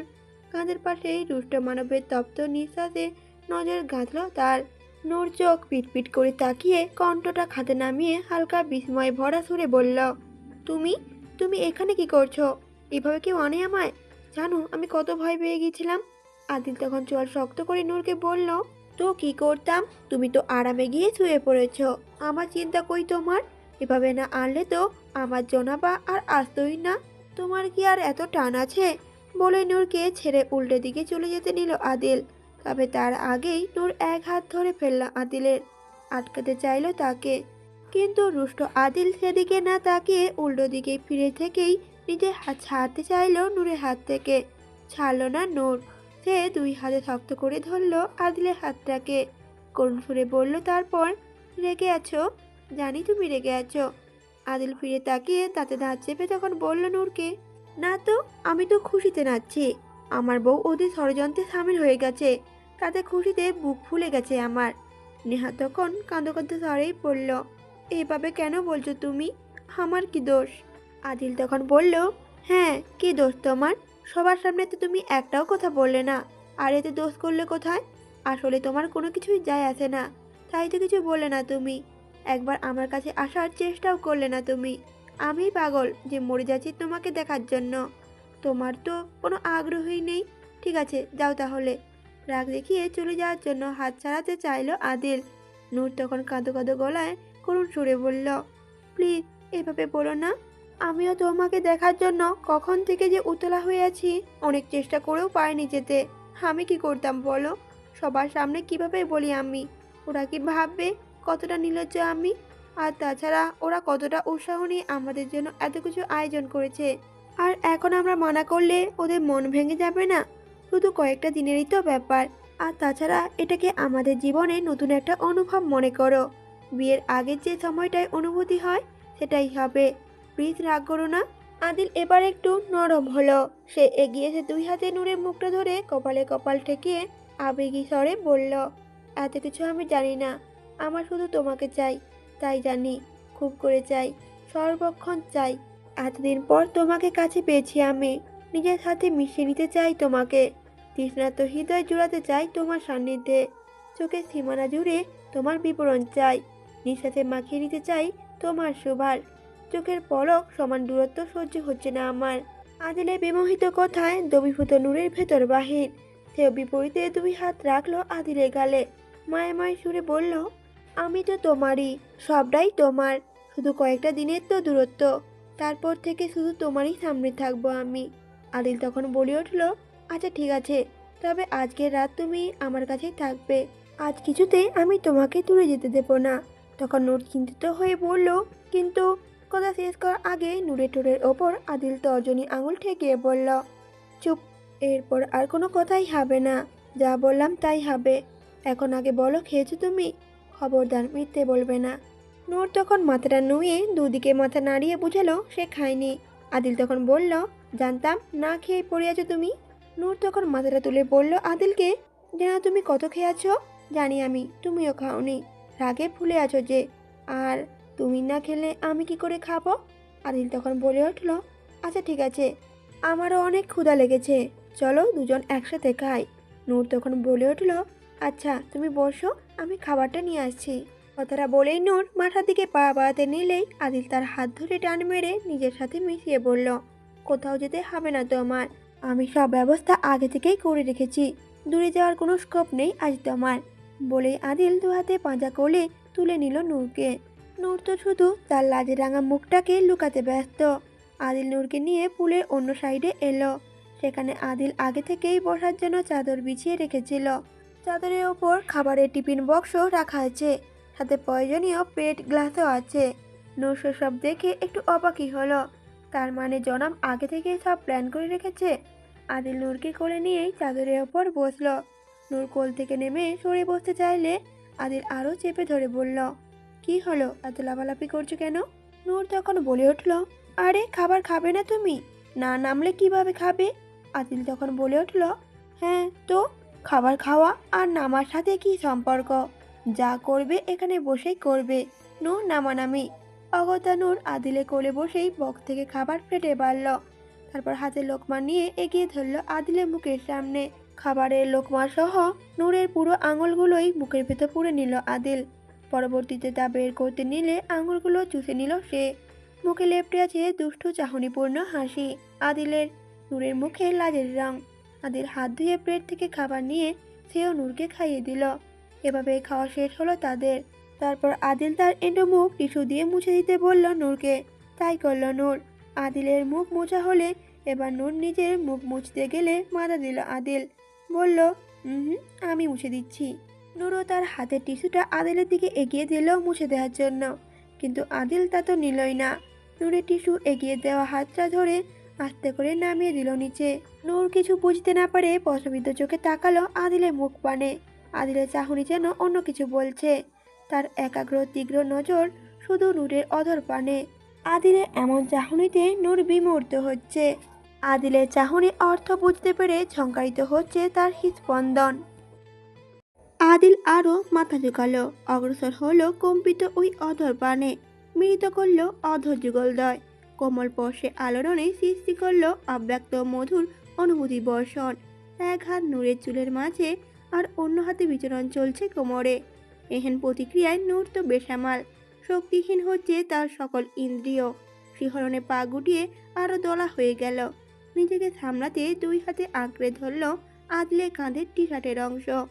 আদিলের স্পর্শ গভীরতর হচ্ছে, ফলে থরথর করে কম্পনে জ্ঞান হারাবে বুঝি নূর। নিঃশ্বাস আটকে আসছে তার। নূর যে আর পারছে না। আদিল তাকে কোথায় ভাসিয়ে নিয়ে যাচ্ছে। আদিল যে থামছেই না। আদিলের আলিঙ্গন আরো নিবিড় থেকে নিবিড় হচ্ছে। এক পর্যায়ে নূরও নিজেকে আর আটকে রাখতে পারল না। আদিলের প্রতিক্রিয়ায় তাল মিলালো নিজেও। একপাক্ষিক ক্রিয়া এবার দ্বিপাক্ষিকভাবে সংঘটিত হলো। আদিলের হাতে বিচরণ আরো অবাধ্য হচ্ছে। এই ক্রিয়া প্রতিক্রিয়া চলতে চলতে এক পর্যায়ে নূরের নিঃশ্বাস বন্ধ হয়ে আসলো যেন। আদিল ইতি ঘটালো তখন, অধযুগল আলাদা করলো। কপালে কপাল ঠেকিয়ে হাঁপাতে লাগলো দুজনেই। খানিক পর ধাতস্থ হলো দুজনেই। আদিল তখন নেশাক্ত কণ্ঠে বলল নূরকে, অনেক কষ্টে নিজেকে আটকালাম অ্যাঞ্জেল। আমি আমাদের সেই মধুর সময় অনেক স্পেশাল করতে চাই, এভাবে না। তাই আজকের জন্য রেহাই দিলাম তোমাকে। নূর দ্রুত ঝট করে মুখ লুকালো আদিলের বুকের মাঝে। লাজুক হাসি তার মুখে। আদিল শব্দ করে হেসে নূরকে জড়িয়ে নিল বুকের মাঝে। তারপর দুষ্টু সুরে বলল আদিল, আজকে তো বেঁচে গেলে, তবে নিজেকে তৈরি করো সোনা পাখি। খুব জলদি ধ্বংসযজ্ঞ সইতে হবে তোমাকে। নূর তো আদিলের বুকে কিলি মেরে লাজুক সুরে তখন বলল, অসভ্য। শরীর কাঁপিয়ে হাঁটতে লাগলো আদিল। তখনই আবির কোথা থেকে এসে বলল, ছি ছি ছি, এটা কি দেখলাম? এটা দেখার আগে আমার চোখে মাকড়সা পড়লো না কেন? ছেলে মেয়ে যে বংশের নাম একদমই বাথরুমে ডুবিয়ে দিল, তাও আবার সাবান ছাড়া। হায় হায়, এটা কি হয়ে গেল? এই দিন দেখার আগে এই বিহান আগে মরল না কেন? এই সমাজে বডি দেখাইব কিভাবে আমি? পাশ থেকে তখন বিহান ঘাড় বাঁকিয়ে আবিরের দিকে ভ্রুকুচকে তাকিয়ে বলল, তুই সমাজে বডি দেখাইয়া বেড়াস? সমাজে মুখ কেমনে দেখামু এইটা আগে কবি। আবির তখন মুখ চোখা করে বিরক্তি সুরে বলল, মুখ দেখায় শুধু তোদের মতো ওই আবালরা। আবিরে এই হড়বড়ি থাকতে মুখ কোন দুঃখে দেখাবো? এত খাটুনি করে বডি বানাইছে কি এমনি এমনি? তুই অফ যা তো। এখানে পোলা মাইয়া চুরি করে দেখা করে বংশে এলাহি লাইট নিভিয়ে দিচ্ছে, আর তুই পড়িয়াছিস শরীরে অঙ্গ প্রত্যঙ্গ নিয়ে। বিহান তখন বলে উঠল, কথা তো একেরে হাঁচাই কইছস। আদি এইটা একেরে ঠিক করে নাইকা। আমাকে কথা অমান্য কইরা এমনি চুরি কইয়া দেখা কইবা আইছা দিলে আমাদের সবাইকে চোর দিছস। নূর বোধহয় আজকের মতো লজ্জাজনক পরিস্থিতিতে জীবনেও পড়েনি। লজ্জায় মাটি খুঁড়ে ভিতরে ঢুকে যেতে পারলে সে বাঁচে। রাতে আদিলের সাথে এখানেই ঘুমিয়ে পড়েছিল নূর। আদিল নূরকে জড়িয়ে নিয়ে গাছের সাথে হেলান দিয়ে ঘুমিয়ে যায় দুজনেই। এভাবেই সকাল পর্যন্ত থাকে তারা। ঘুম ভাঙে ওদের হইচয়ে। আর যখনই নূর চোখ খুলে তখন মুখের ওপর ঝুঁকে দেখা কয়েক জোড়া চোখ ফুটবল আকার করে গেড়েছিল ওদের ওপর। হকচকে ওঠে সোজা হয়ে বসে নূর। আর তখন থেকে আবিরের মহান উক্তিগুলো শুরু হয়। লজ্জায় মরিমরি হয়ে যায় নূর। না পারছে এখানে বসে থাকতে, আর না পারছে কারোর দিকে তাকাতে। কিন্তু বিপরীতে আদিল একেবারে ভাবলেহীন, বরং তাকে দেখে মনে হচ্ছে সে চরম বিরক্ত এদের উপস্থিতিতে। পারলে তাদের এই মুহূর্তে বিরক্ত করার অপরাধে এই সবগুলোকে নাম না জানা কোনো গ্রন্থে ছুঁড়ে মারে, না হয় কোনো মিসাইল দিয়ে ব্লাস্ট করে দেয় সবগুলোকে। সকাল সকালই এসব সিক্রেট করে ওর মাজাটাই গরম করে দিয়েছে।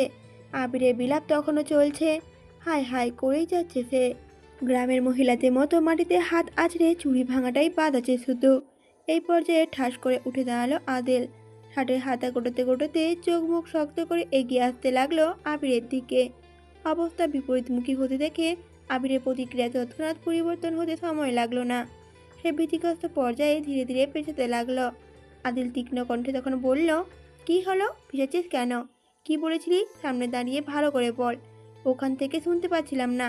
আবি তখন ফিচেল হেসে বলল, আরে আরে, আমি আবার কি বলেছিলাম?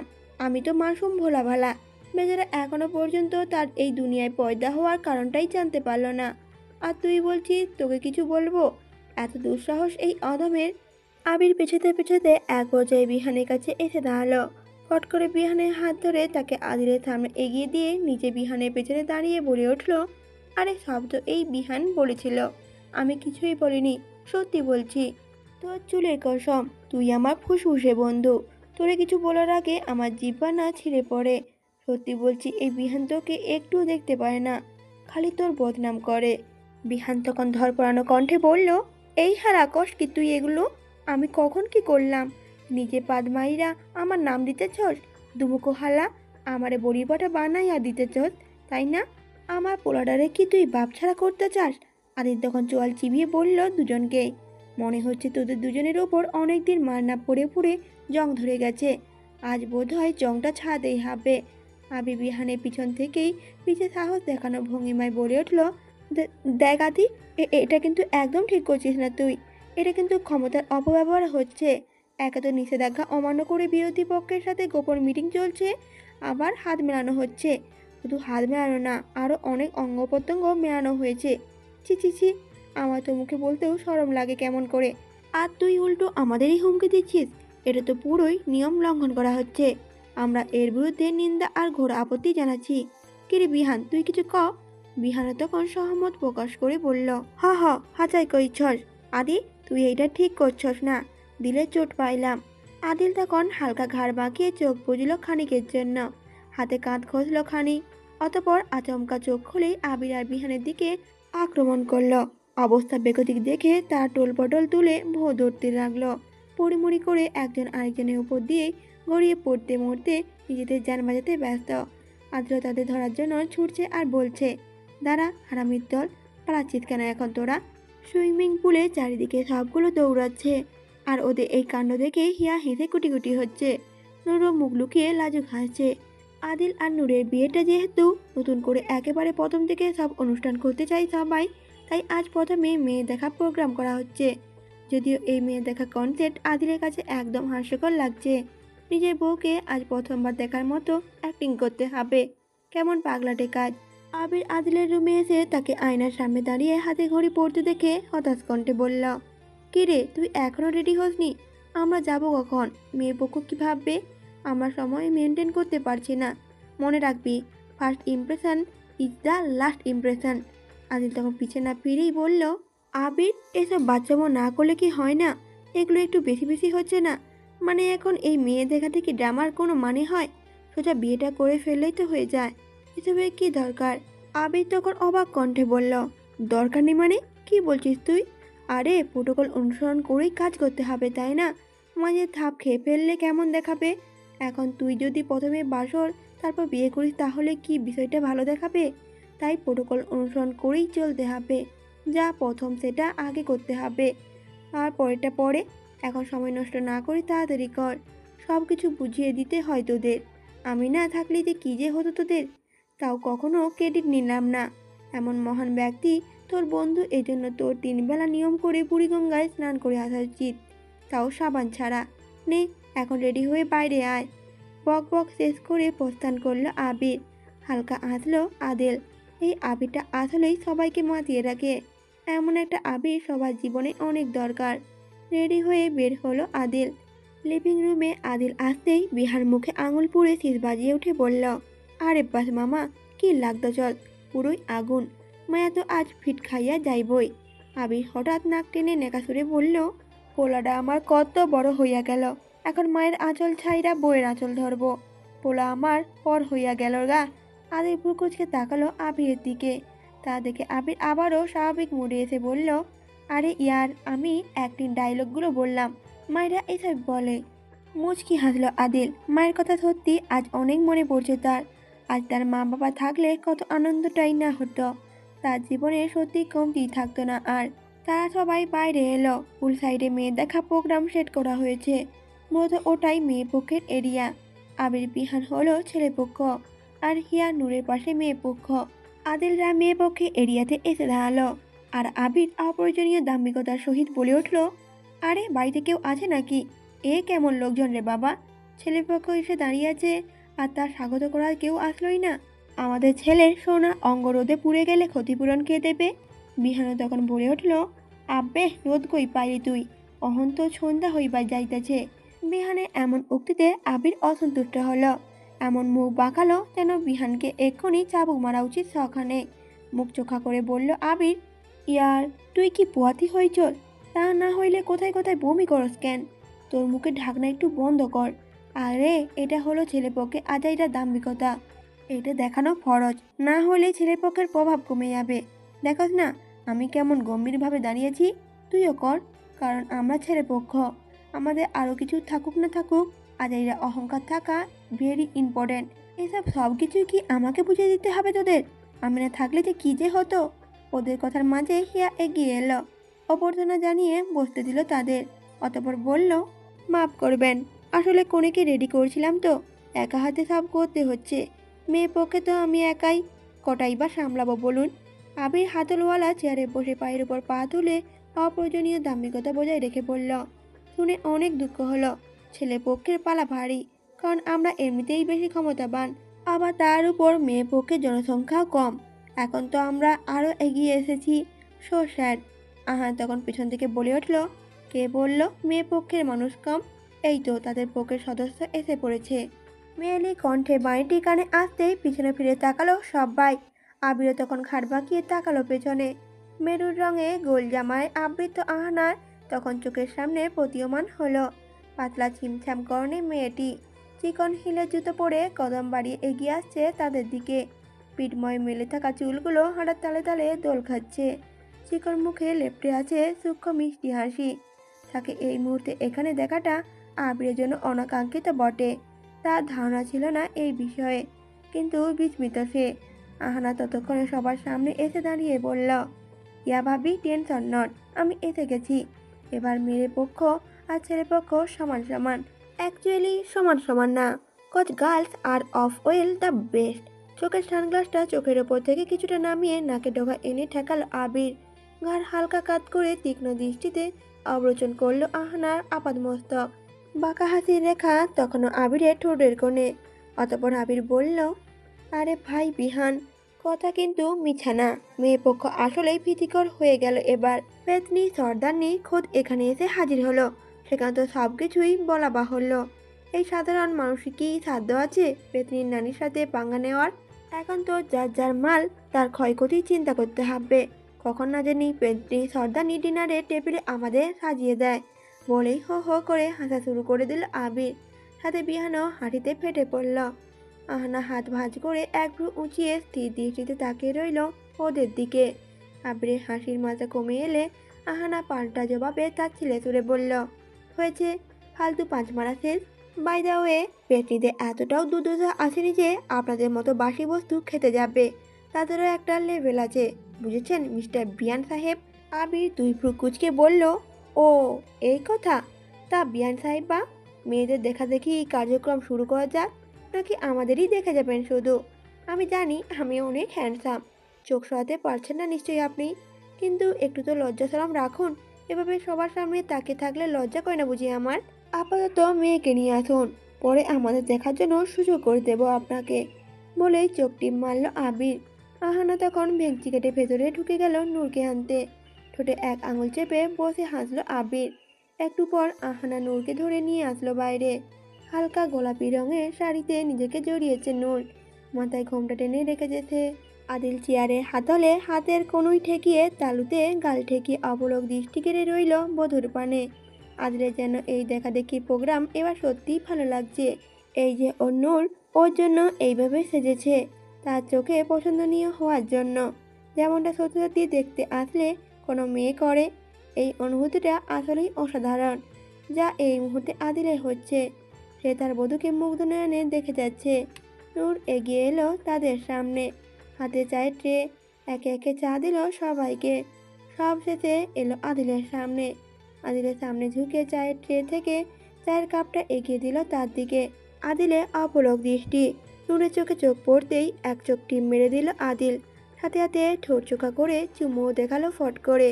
আদিলের হঠাৎ এমন কাণ্ডে নূরের হাত থেকে চায়ের ট্রেটা পড়তে পড়তে বাঁচল যেন। লজ্জায় দ্রুত সরে গেল নূর। শব্দহীন হাসল আদিল। নূরকে বসানো হলো আদিলের মুখোমুখি সামনের চেয়ারে। আদিলের বেয়ারা একাগ্র নজর নূরের পানে স্থির। তার দিকে তীক্ষ্ণ দৃষ্টিতে তাকিয়ে থেকেই চায়ের কাপে চুমুক দিচ্ছে সে। নূর মাথা নুয়ে আছে। তার কেমন যেন সত্যি সত্যি দেখতে আসার মতো লজ্জা লাগছে। আবির তখন মুরব্বীদের মতো বলে উঠল, এত বিয়ান সাহেবা, মেয়ের সম্বন্ধে কিছু বলেন আমাদের। তখনই আহানা বলে উঠল, তাকে জানতে চান বলুন। আমাদের মেয়ে সর্বগুণ সম্পন্ন, রূপে আমাদের মেয়ে অপরূপা, রান্নায় অন্নপূর্ণা, সকল কাজেই পারদর্শী সে। আবির তখন বলে উঠল, আরে এসব তো পুরনো টেট, এখন তো আর এসব দেখে না মানুষ। এখন ডিজিটাল জামানা, তাই প্রশ্ন ডিজিটাল হবে। এই যেমন মেয়ে কি টিকটক করতে পারে, তার কি পেজ আছে, মেয়ে কতগুলো ফলোয়ার আছে। দেখো, ছেলের কিন্তু 1 মিলিয়ন ফলোয়ার, এখানে মেয়ের অন্তত 50 লাখ তো হওয়ারই দরকার, তাহলে না ম্যাচ হবে। আরে আমাদের ছেলের অন্তত 2 মিলিয়ন ফলোয়ারে মালিক মেয়েরা পাগল। আহনা তখন বলে উঠল, ও তাই নাকি? তো মিস্টার বিয়ান সাহেব, আমরা তো মেয়েকে হিরোর সাথে বিয়ে দিতে চাই, কোনো হিরো আলমের সাথে না। আবির সাথে আছে লাফিয়ে উঠে বলল, কি এত বড় অপমান! এরপর তো এখানে এক মুহূর্তও থাকবো না। আমাদের ছেলের জন্য কি মেয়ের অভাব পড়েছে নাকি? চল আদি এখান থেকে। কিন্তু বেচারা আবিরে অপ্রয়োজনীয় দাপটে কেউ এক ফোঁটাও দাম দিল না। আদিল তো আইসি ভঙ্গিমায় তখন বলল, মেয়ে আমার পছন্দ, আমরা একটু আলাদা কথা বলতে চাই। বলেই উঠে দাঁড়িয়ে আদিল কারো কথা ধার না ধরে নূরে হাত ধরে দাঁড় করিয়ে সোজা ভেতরে নিয়ে গেল। বেচারা আবির আহত দৃষ্টিতে তাকিয়ে বলল, পোলাপান মানুষ করতে পারলাম না। সবগুলো হেসে লুটিয়ে পড়ল। সাথে সাথে আদিল এবার নূরকে নিয়ে নিজের রুমে এলো। রুমে এসে দরজা লাগিয়ে দিল। এবার নূরের কেন যেন হঠাৎ লজ্জা লাগছে, যেন সত্যি সত্যি আজ প্রথম লোকটা তার কাছে এসেছে। আদিল দরজা লাগিয়ে নূরের হাত ধরে বিছানার ওপর পা ঝুলিয়ে বসালো। তারপর আদিল বলল, নিচে আমি তোমাকে ভালো করে দেখতে পাইনি। যে ভারত পাকিস্তানে বর্ডার মতো ঘোমটা টেনেছিলে, এখন দেখব। ঘোমটা খোলো, চুলটা দেখাও আমাকে। আমিও দেখতে চাই আমার হবু বউয়ের চুল কত বড়। এগুলো দেখা অনেক জরুরি, বুঝেছ? নাও নাও, ঘোমটা সরাও। নূর কিছুটা থতমত খেয়ে গেল আদিলের কথায়। নূরকে চুপ থাকতে দেখে আদিল নিজেই নূরকে ঘুরিয়ে বসিয়ে মাথার উপর থেকে ঘোমটা সরিয়ে দিল। নূরের সারা পিঠময় এলো কেসগুলো দেখতে পেল আদিল। চুলের ওপর আঙুলের উল্টো পিঠ গলিয়ে দিতে লাগলো। ধীরে ধীরে মাথা ঝুঁকিয়ে নাক ডুবিয়ে দিল চুলের মাঝে। ঘান টেনে নিল নিঃশ্বাসে। চোখ বুজে নিল নূর। ভারী হলো শ্বাস প্রশ্বাস। আদিল ধীরে ধীরে তার এক হাত গলিয়ে দিল শাড়ির ফাঁকে নূরের কোমরে। কোমর পেঁচিয়ে ধরে তাকে আরো কাছে টেনে নিল নিবিড়ভাবে। কম্পিত হলো নূর। হৃদস্পন্দন হলো বেসামাল। কাঁধে আদিলের উষ্ণ নিঃশ্বাসে কাটা দিয়ে উঠল সারা লোমকূপ। নূর কোনো রকমে নিজেকে সামলিয়ে বলে উঠল, চুল দেখার সাথে সাথে কি এসব করারও রীতি আছে নাকি? তখন আদিল নূরের কাঁধের ওপর থেকে চুলগুলো সরিয়ে সেখানে অধর লেপটিয়ে ফিসফিসানি সরে বলে উঠল, আছে তো, তবে সবার জন্য না। আমার মতো কিছু স্পেশাল কেসের ক্ষেত্রে আছে, যারা নিজের বউকে আবার নতুন করে বিয়ে করার সৌভাগ্য পায়। শুধুমাত্র তাদের জন্য এই রীতি। নূরের কানে ঝুমকার টোকা দিয়ে বলে উঠল আদিল কথাগুলো। আদিলের কথায় হেসে দিল নূর। মুখ গুজল আদিলের বুকে। আদিলও হেসে জড়িয়ে নিল নূরকে। আজ গায়ে হলুদের দিন ধার্য করা হয়েছে। সকাল থেকে তোড়জোড় চলছে। বাসা লনে পুল সাইডে স্টেজ সাজিয়ে হলুদ ফাংশনের আয়োজন করা হয়েছে।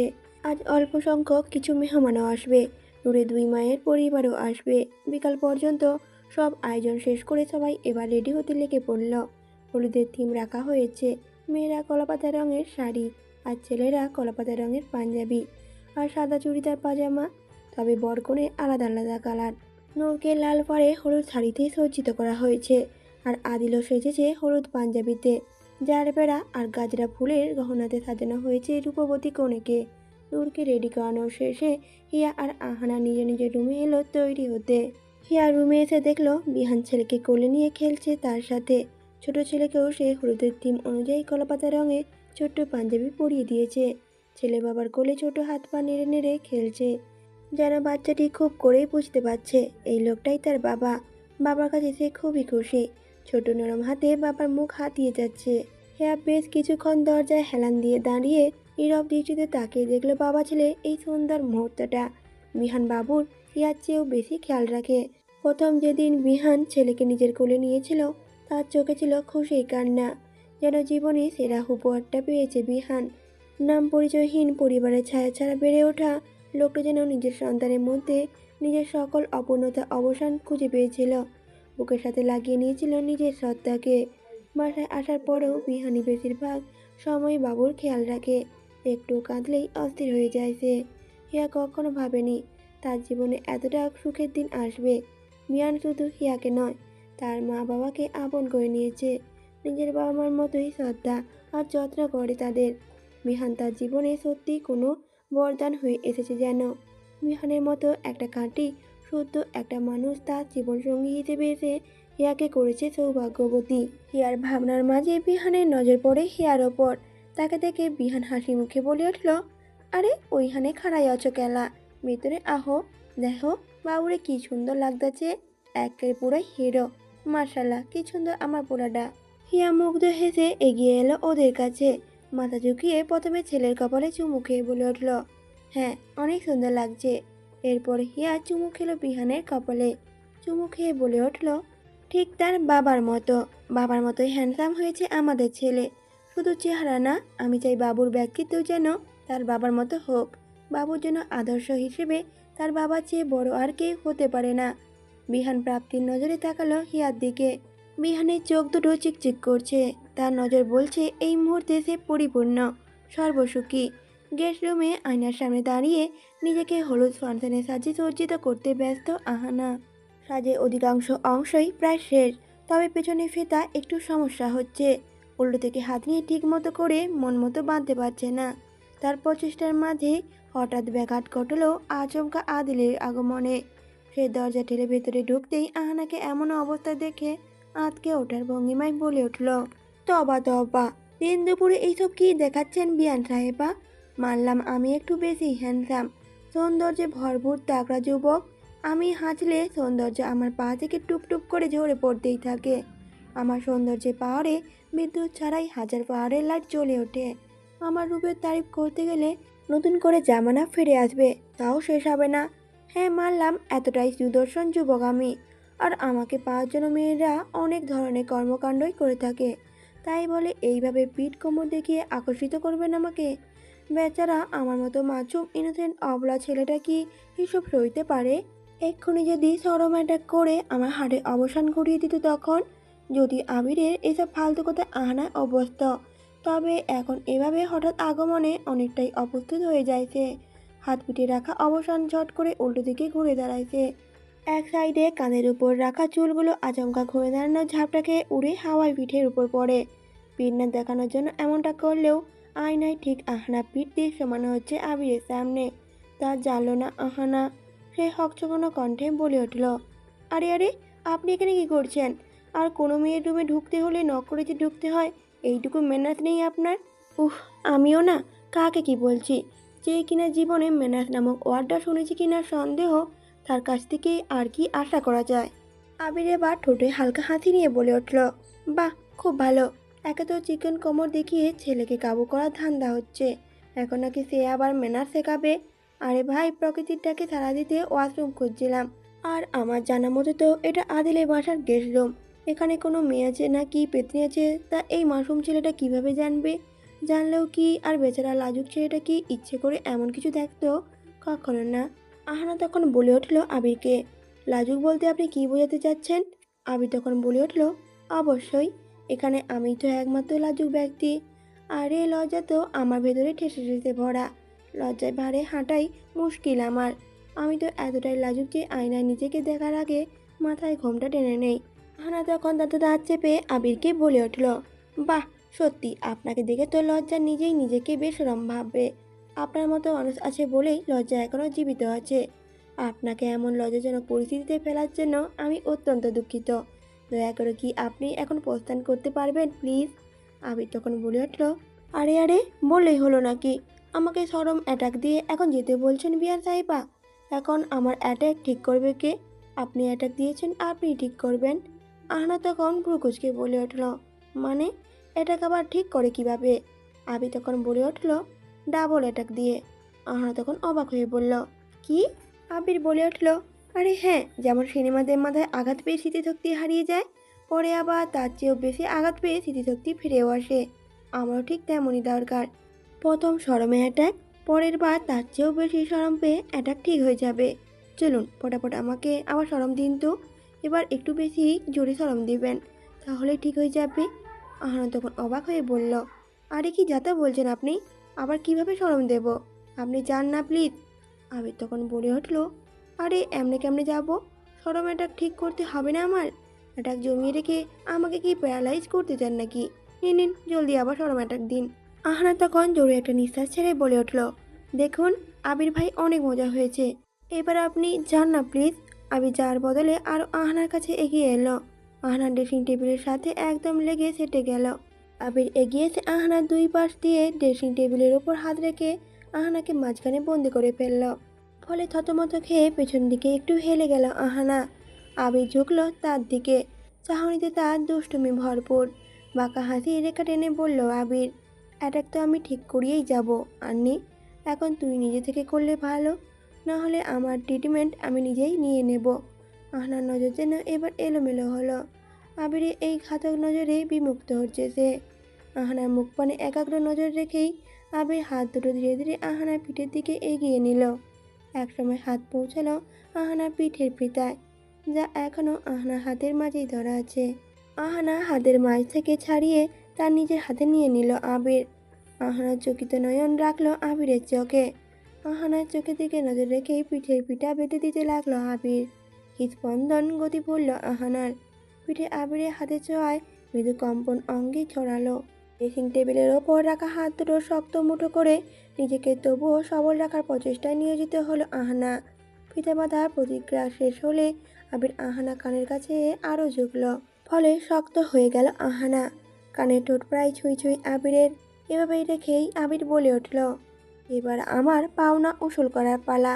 সেদিন স্ট্রবেরি ফ্লেভারের কিসগুলো বাকির খাতায় ফেলে রেখেছিস তুই, আজ তো বাকি টুকাতেই হবে তোর, তাও সুদে আসলে সব। কিসগুলো বাকি রেখে সুদ জমিয়ে ফেলেছিস অনেক। সুদ বেড়ে এখন 3 ডাবল বেড়ে গেছে কিসের পরিমাণ, আজ সব শোধ করবি। কথার সাথে আবিরে উষ্ণ নিঃশ্বাস আরও অদরে স্পর্শ লাগছে আহানার কানে।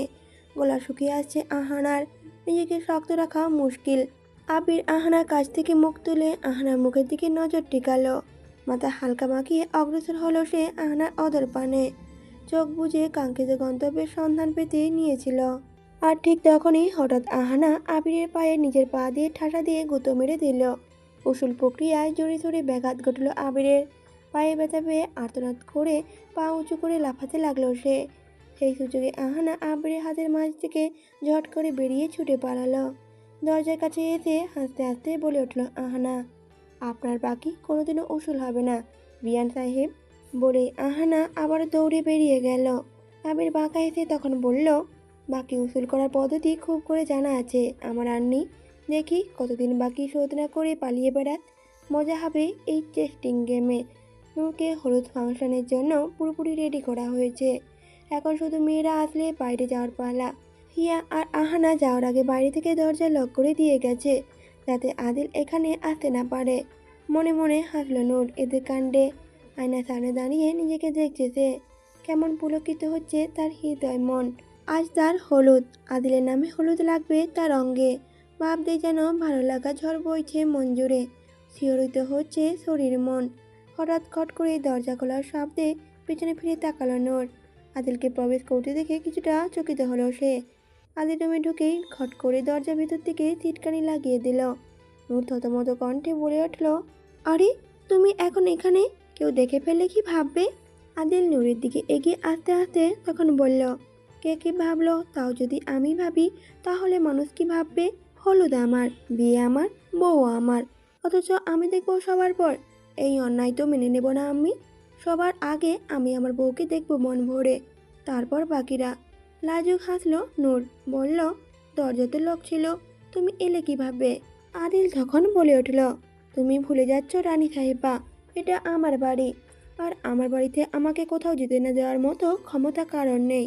আমার কাছে সব রুমেরই ডুপ্লিকেট চাবি থাকে জানাবা। এখন একটু চুপচাপ দাঁড়িয়ে থাকো তো, আমাকে দেখতে দাও আমার পরীর মতো বউটাকে। লাজে রাঙা হলো নূরের মুখ। আদিল অবলোকন করতে ব্যস্ত তার হৃদয় হরিণীকে। ফর্সা মোলায়েম অঙ্গে হলুদ শাড়ি আর ফুলের গহনা, এই যেন অপ্সরাকেও হার মানাবে অপূর্ব রূপ তার। আদিলের চোখ বুঝি ঝলসে যাচ্ছে তার বধূর সৌন্দর্যের ঝলকে। মুগ্ধ নয়নে তাকিয়ে নূরের খুব কাছে এসে দাঁড়ালো আদিল। দুই হাতে নূরের মুখটা একটু উঁচু করে তুলে পরম ভালোবাসা অধর ডুবালো নূরের কপালে। খানিক সময় ওভাবেই রাখলো। তারপর কপালে কপাল নাকে নাক ঠেকিয়ে মায়াময় সুরে আদিল বলে উঠল, মাশাল্লাহ, আমার বধূটাকে দেখে তো পরীরাও হিংসায় জ্বলবে। আমার সুন্দরী বধূ। সুখময় অনুভূতি মেলা বসলো নূরের অন্তদেশ জুড়ে। কিছুক্ষণ সেভাবে থাকার পর নূর বলল, প্লিজ এখন যাও, কেউ চলে আসবে। আদিল তখন বলে উঠল, হুম, আসল কাজ তো এখনো করিনি। আমার বউয়ের সাথে হলুদ খেলার অধিকার সবার প্রথম আমার আগে আছে। আমরা আগে আলাদা হলুদ খেলবো, তারপর বাকিরা। নূর তখন বলল, কিন্তু বাকি কথা পূরণ করতে দিল না আদিল। নূরে ঠোঁটে তর্জনী আঙুল চেপে বলল, হুস, কোনো কথা না, যা বললাম তাই হবে। পরপরই নূরকে করে তুলে নিল আদিল। তাকে নিয়ে এসে রুমে ডিভাইনের ওপর পা তুলে বসালো। আর আদিল বসলো নিচে নূরের পায়ের সামনে। ডিভাইনের ওপর নূরের হাঁটু উঁচু করে ভেঙে বসা পা দুটোকে আরেকটু সামনে টেনে আনলো। শাড়ির উপর দিয়ে হাঁটু পর্যন্ত উঠিয়ে রেখে হাঁটুর নিচে পাটুকু উন্মুক্ত করলো আদিল। পকেট থেকে একটা ছোট প্লাস্টিকের প্যাকেট বের করলো সে। তাতে বাটা হলুদ ছিল। নূরের দিকে তাকে মায়াবী হাসলো একবার আদিল। প্রথমে দুই পায়ে চুমুর বর্ষণ করলো। তার উপর প্যাকেট থেকে হলুদ পেস্ট হাতের আঙুলে মাখিয়ে নূরে আলতো রাঙা ফর্সা পায়ে মাখিয়ে দিল। উপর থেকে নিচ পর্যন্ত টেনে মাখিয়ে দিল হলুদ পেস্ট। নূর একটানে তাকিয়ে দেখছে তার সুদর্শন পুরুষটাকে। পুরুষটার চোখে কত ভালোবাসা, কত যত্ন করে হলুদ লাগিয়ে দিচ্ছে সে। এতটা পাগলের মতো কেন ভালোবাসে লোকটা তাকে? সে কি সামলাতে পারবে এত ভালোবাসার জোয়ার? নূর কি কখনো তার ভালোবাসার বরাবরই হতে পারবে? এত ভালোবাসার সে যে হারিয়ে ফেলেছে নিজেকে। লোভী হয়ে যায় সে। আরও বেশি করে শুধু এই পুরুষটার ভালোবাসা চায় সে। সারা জীবন চায়। পরের জন্ম বলতে যদি কিছু থাকে, সেই জন্মেও শুধু এই পুরুষটাকে নিজের করে চায় নূর। এসব ভাবতে ভাবতেই আবেশের বহিঃপ্রকাশ ঘটে নূরের চোখে। সুখের অশ্রু জমে চোখে। তবে তা আদিলের চোখে পড়ার আগেই মুছে ফেলেছে। লোকটা যে তার চোখের জল দেখতেই পারে না। আদিলের হলুদ লাগানো শেষে নূর বলে উঠল, এবার আমার পালা, আমি দেব তোমাকে। আদিল নূরের পাশে বসে বলল, আদিল বলে উঠল, এত সহজে না জানে মান, হলুদ লাগাবে কিন্তু হাত লাগাতে পারবে না। যদি পারো তাহলে দাও। নূর মুচকি হাসলো, যেন বুঝতে পারলো কি করতে হবে তাকে। সে আদিলে আনা হলুদ পেস্ট হাতে নিয়ে প্রথমে নিজের গালে একটু লাগালো। তারপর দুই হাতে আদিলের গলা জড়িয়ে ধরে নিজের গালটা আদিলের গালের সাথে ঘষল। এতে করে তার গালে হলুদগুলো আদিলের গালে লেগে গেল। এভাবে দুই গালে লাগিয়ে দিল হলুদ। তারপর নূর আদিলের কপালে চুমু খেয়ে বলল, হ্যাপি হলুদ হিরো। প্রাপ্তির খুশিময় হাসির রেখা আদিলের ঠোঁটে। সে নূরের লাল লিপস্টিক রাঙা ঠোঁটে আলতো করে ছোট্ট করে চুমু খেয়ে বলল, হ্যাপি হলুদ অ্যাঞ্জেল। গায়ে হলুদের অনুষ্ঠান আরম্ভ হয়ে গেছে। আদিল আর নূরকে পাশাপাশি বসানো হয়েছে স্টেজে। হলুদ লাগাচ্ছে একে একে সবাই। নূরের দুই মায়ের পরিবারও এসেছে, তারাও হলুদ লাগিয়েছে। আর এরই মাঝে আবির তার ড্রামা করবে না তা কি হয়? সে তার ছেলে পক্ষের অপ্রয়োজনীয় দাম্ভিকতা দেখাতে ব্যস্ত। মেয়ে পক্ষের সবকিছুতেই অসন্তুষ্ট সে। নাক মুখ কুচকে বলছে আবির, এটা কেমন সস্তা আয়োজন, ছেলের লেভেলের সাথে একদমই যায় না। এত খারাপ আয়োজন দেখে তো বমি এসে যাচ্ছে আমার। এখানে আর এক মুহূর্ত দাঁড়ালে আমার 2 লিটার ইজ্জত কমে যাবে। তার নিন্দাবাণী জবাব দিতে আহনা এগিয়ে এলো তার সামনে। বুকে হাত ভাঁজ করে গম্ভীর ভাব করে বলল আহনা, এই যে মিস্টার বিয়ান সাহেব, উদয় পোয়াতি গরুর মতো হাম্বাচ্ছেন কেন? কি সমস্যা আমাদের আয়োজনে? আবির প্রচন্ড রকম ভরকে ওঠার ভঙ্গিমায় তাকিয়ে বলে উঠল, কি আমি গরু? এত বড় ইনসাল্ট! আবির দ্য গ্রেট এত বড় ইনসাল্ট আজ পর্যন্ত কেউ করেনি। এমন 100 কিলোমিটার সমান ইনসাল্টের পর তো আর এক মুহূর্ত এখানে থাকা আমার সম্মানের ফিলাপ। আমার সম্মান আহত। তাকে এই মুহূর্তে হসপিটালে নিতে হবে চিকিৎসার জন্য। আহানা তখন বলে উঠল, সে আপনি হসপিটালে যান আর চিড়িয়াখানায় যান, সেটা নিতান্তই আপনার ব্যক্তিগত চয়েস।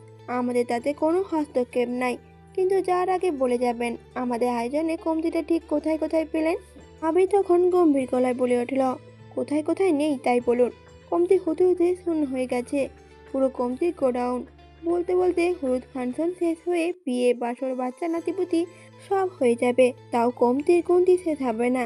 আহনা তখন বলে উঠল, তাও এই মহাসাগর থেকে যদি কিছু দ্বীপের নাম উল্লেখ করতেন তাহলে ধন্য হতাম। আবির তখন বলে উঠল, ঠিক আছে শুনুন তাহলে, এই যেমন ধরেন, আপনারা ওয়েলকাম জানানোর কোনো আয়োজনই করেননি।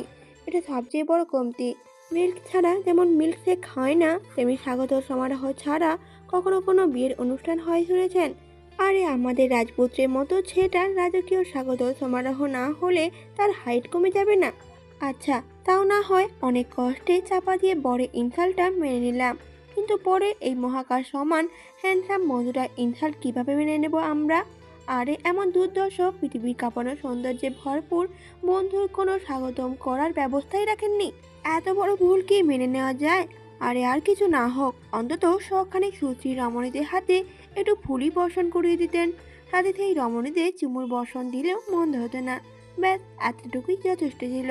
আমার আবার বেশি অহংকার নেই, অল্পতেই মানি নেই নিজেকে। আহানা তখন বলে উঠল, ও সত্যিই তো, কত মহান আপনি। আপনার এই মহানতা স্বচক্ষে দেখতে পেরে জন্ম সার্থক আমার। আমি অতি দুঃখিত বিয়ান সাহেব, আপনি একটু বসেন, আমরা এক্ষুনি আপনার মতো মহান ব্যক্তির স্বাগতম করার জন্য ব্যবস্থা করছি। আবি তখন খুশি হয়ে বলল, ঠিক আছে ঠিক আছে, এত করে যখন বলছেন তাই মানা করি কিভাবে? আমার আবার কোমল হৃদয়, একটুতেই গলে যায়। আহানা তখন বলে উঠল, সত্যি কত কোমল প্রাণ আপনি।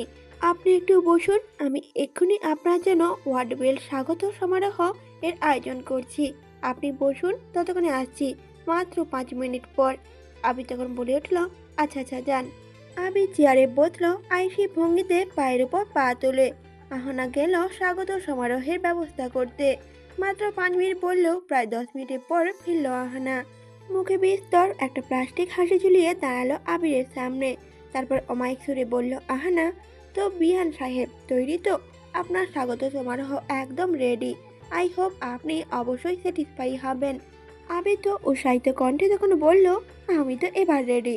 আহানা তখন বলে উঠল, তাহলে নিন girls, let's go for it. কথাটা বলেই আহানা একটা রহস্যময় বাঁকা হাসি দিয়ে আবিরের সামনে থেকে সরে গেল এবং সাথে সাথে এক ঝাঁক মেয়ের দল এসে ঘিরে নিল আবিরকে। তাদের দেখে আবিরের আত্মা উড়ে তাল গাছে উঁচু ডালে ঝুলে পড়ল। এক লাফে চেয়ারের উপর 2 পা তুলে উঠে বসল সে। আতঙ্কে চোখের মণি ফোকাস করে ফেটে যাওয়ার উপক্রম, কারণ তার সম্মুখে আসা নারীগুলো সেরকম না যেরকম আবিরের ধারণা থাকে। তবে এই মুহূর্তে ঘিরে আছে এক ঝাঁক হিজড়ার দল। অনাকাঙ্ক্ষিত এই ঘটনার জন্য আবির মোটেও প্রস্তুত ছিল না। বেচারা এখন একদল গুন্ডার হাতে আবদ্ধ অসহায় নারী টাইপ ফিলিংস হচ্ছে। ওদের মাঝে একদম 2 হাত উঁচু করে তালি বাজাতে বাজাতে আবিরের কাছে এগিয়ে আস্তে আস্তে তাদের নিজস্ব ভঙ্গিমায় বলে উঠল, আয় হায় হায়, এই ছেলে, তুই তো আসলেই অনেক সুন্দর রে। একেবারে রসে চুবানো রসগোল্লা একখান, পোড়া তো নয় যেন আগুলের গোলা। আজ তোর সাথে মজা হবে অনেক। শুকনো ঢোক গিলল আবির। অসহায় সুরে পিচিল হেসে বলে উঠল, মজা? না না, এসবের কি দরকার? আমার মাঝে মজা বলতে কোনো ফিচারই নেই। রাঁধুনি মশলা দিয়ে রান্না করে খেলেও কোনো মজা পাওয়া যাবে না আমার মাঝে। অণুবীক্ষণ যন্ত্র দিয়ে রিসার্চ করেও আমার মাঝে সৌন্দর্যের কোনো জীবাণুও খুঁজে পাওয়া যাবে না। আরে আমি তো এতটাই খুশি যে আয়নার সামনে গেলে আয়নাই তো ফোটাস করে ফেটে যায়। বাড়িতে আমার মুখের উপর কাপড় দিয়ে ঢেকে রাখি, না হলে মেহমান আসলে ভয় পেয়ে যায়। আপনারা বোধ হয় কোনো ভুল বুঝছেন, আমি বরং এখন আসি, হ্যাঁ। বলেই আবির চেয়ার থেকে নেমে কেটে পড়তে চাইল, কিন্তু তার কৌশল সফল হলো না। হৃষ্টপুষ্ট গঠনে একজন হিজড়া এসে আবিরের হাত টেনে ধরে বলল, আরে কই যাস পোলা, আয়, আজকা তোর সাথে পাশা খেলবো সোনা। আবির বেচারা তখন করুণ সুরে বলে উঠল, আরে না না, আমি তো জীবনে লুডুই খেলিনি কখনো। খেলাধুলা আমার একদমই পছন্দ না, আমাকে যেতে দিন না। এই বাচ্চাটার কি জানলেবেন? কিন্তু আবিরের আকুতি কানে নিল না তারা। আবিরের হাত ধরে টেনে নিতে চাইলো তাদের দিকে। আবির যেতে চাইছে না কোনো মতেই। নিজের ইজ্জত যেন আজ সত্যি সত্যিই বিপদের মুখে। আবির যেতে চাইছে না দেখে এবার হিজড়াটি আবিরকে করে তুলে নিল। বেচারা নিজেকে বাঁচাতে হাত পা ছোঁয়াছুড়ি করছে আর বলছে, আবির ছেড়ে দিন আমাকে। আপনাদের ঘরে কি পাপ ভাই নেই? দয়া করে ছেড়ে দিন আমাকে। আপনারা আমার দেহ পাবেন, মন পাবেন না। এই বিহান্না বাচ্চা, বাচ্চা আমারে। বিহান ওর অবস্থা দেখে হাসতে হাসতে বলে উঠল, নিজের পাশ নিজেই সামলা, আমি কিছু করতে পারুম না। আমি কইছিলাম আজাইরা ভাব দেখাতে, অহন ল ঠেলা। আবির নিজেকে আর বাঁচানোর পথ পেল না। তার সবাই সাউন্ড বক্সে পোড়ানো নয়, একটা আগুনে পড়লা এই গানটা ছেড়ে দিয়ে আবিরকে নিয়ে নাচানাচি শুরু করে দিল। সবাই আবিরকে ঘিরে ধরে এদিকে ওদিকে টানাটানি করছে আর নাচানাচি করছে। আবির বারবার পালানোর চেষ্টা করেও পারছে না, তারা ধরে ফেলছে। আবিরকে উঁচু করে ধরে সবাই মিলে তার সাথে খেলনার মতো খেলছে। আবার কেউ কেউ তো আবিরের নিতম্বে চিমটিও কাটছে। আবিরের নিজেকে গুন্ডাদের কাছে টিচ হওয়ার মতো অসহায় ফিল হচ্ছে। বেচারা অবস্থা নাজেহাল, ছেড়ে মা কেঁদে বাঁচি অবস্থাটাই। প্রায় 10-15 মিনিট ধরে এভাবেই টানা হিজড়া করে বেচারা আবিরের নাড়ি পুড়ি কিমা বানিয়ে দিল তারা। অবশেষে তালি বাজাতে বাজাতে তারা আবার চলেও গেল। আর আবির তো চুষে খাওয়া আমের মতো পড়ে রইল নিচে, যেন এইমাত্র তার উপর দিয়ে কিংডম বয়ে গেছে। যুদ্ধে বিধ্বস্ত সৈনিকদের মতো হাল তার। তার এই অবস্থা দেখে পাখিদের হাসতে হাসতে ঘোরাঘুরি অবস্থা। আহানা এবার আবিরের উদ্দেশ্যে বলল, কি বিয়ান সাহেব, এবার আপনি স্যাটিসফাই তো? এবার নিশ্চয়ই আমাদের আয়োজনে আপনার কোনো কমতি চোখে পড়ছে না। পড়লে বলবেন কেমন, আমরা স্যাটিসফাই দিতে অলওয়েজ প্রস্তুত। আবি তখন তীক্ষ্ণ দৃষ্টি নিক্ষেপ করলো আহানার পানে, কিছুক্ষণ স্থির দৃষ্টি রাখলো, মুখ অন্যদিকে ঘুরিয়ে তারপর মুখ বাঁকিয়ে হাসলো খানিক। তারপর আচমকা ঝট করে এক লাফে উঠে দাঁড়ালো আবির। চুলে হাতে আঙুল ঢুকিয়ে এলোমেলো চুলগুলো পেছনের দিকে সেট করে পাঞ্জাবি হাতা গোটাতে গোটাতে আহানার দিকে ধীরে ধীরে এগিয়ে আস্তে আস্তে বলল, না বিহান সাহেব বা, আপনার প্রচেষ্টা যথেষ্ট ছিল, তবে আমি ব্যক্তিটা একটু ইউনিক তো, এত সহজে আমাকে ইমপ্রেস করা যায় না। তাও আপনাকে আরেকটা সুযোগ দিচ্ছি। আপনি তো জানেনই আমি কত মহান। মহানতা সাগর আমার মাথার উপর দিয়ে বয়ে যায়। তাই এবার আমি নিজেই আপনাকে সাহায্য করব আর বোঝাবো কিভাবে স্যাটিসফাই করতে হয়। বলতে বলতে আহানার সামনে এগিয়ে এলো আবির। আবিরের এই ভাব খুব একটা সুবিধা মনে হলো না আহানার কাছে। হালকা ভীতি মনে সে পিছিয়ে যেতে চাইল, কিন্তু তা হতে দিল না আবির। খপ করে তার হাত ধরে এক ঝটকা নিজের কাছে এনে দাঁড় করলো আবির। আহনা খানিকটা থতমত খেয়ে গেল। আবির চোখে চোখ রেখে বাঁকা হেঁটে বলল, কোথায় পালাচ্ছেন মিস বিয়ান সাহিবা? আপনি না বললেন সমসময় স্যাটিসফাই দিতে আপনি অলওয়েজ প্রস্তুত, তো না দিয়েই পালাচ্ছেন কেন? বাই দ্য ওয়ে, আপনার এই চিকন কোমরে ঝুমকা লাগালে এই অদম স্যাটিসফাই হতে বাধ্য। বলেই আবির আহনা হাত ধরে ঘুরিয়ে তাকে স্টেজের সামনে ফাঁকা জায়গায় ছুঁড়ে মারল এক প্রকার। নিজের দিকে ইশারা করে দিল মিউজিক প্লে করার জন্য। মিউজিক বাজতেই আবির আহানার আশেপাশে ঘুরে ঘুরে তাকে টিচ করে নাচতে লাগলো আর গাইলো। আর ওদের দুজনের সাথে আরো ছেলেমেলে এসে উড়াধুরা নাচা শুরু করে দিল। বিহানও হিয়ার হাত ধরে নিয়ে এলো ডান্স ফ্লোরে। সবাই নাচ গানে মগ্ন। নূর সেসব দেখছে হাসি মুখে আর এনজয় করছে। কিন্তু এসবের মাঝে আদিল আছে তার মতলব হাসিলে। সবাই নাচ গানে মত্ত, সেই সুযোগে আদিল দুষ্ট হাত পেছনে দিয়ে নূরের শাড়ির ফাঁকে কোমরে চালান হয়ে গেল। আচমকা এহেন কাণ্ডে হকচকিয়ে কেঁপে উঠল নূর। চোখ বড় বড় করে তাকালো আদিলের পানে। কোমরে হাতে বিতরণ দ্রুত ঘটছে। নূর করুণ সুরে ফিস ফিস করে বলল, কি করছো? ছাড়ো না প্লিজ, কেউ দেখে ফেলবে। কিন্তু আদিল হাত তো সরালই না, বরং ঠুস করে নূরের গালে একটা চুমু এঁকে দিল।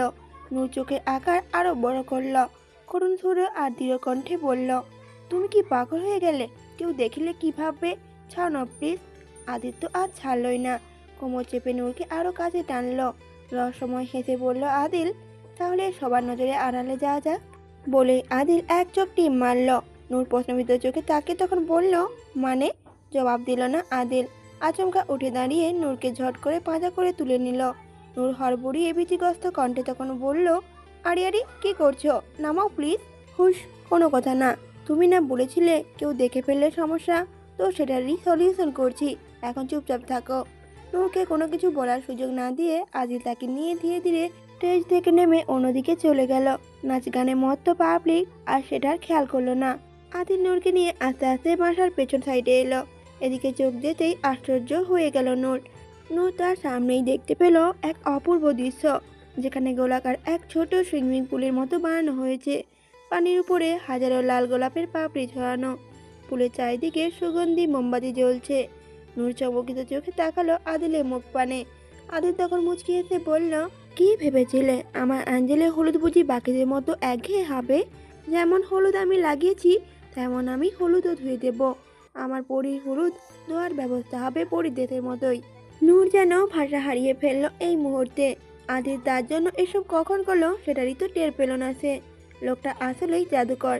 আদিল তার প্রেয়সীকে নিয়ে আস্তে আস্তে ফুলের পাপড়ি ছড়ানো পানিতে পা রাখলো।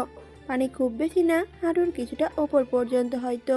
আদিল নূরকে নিয়ে পুলের মাঝে এসে পানির মাঝে পা ভাঁজ করে বসালো।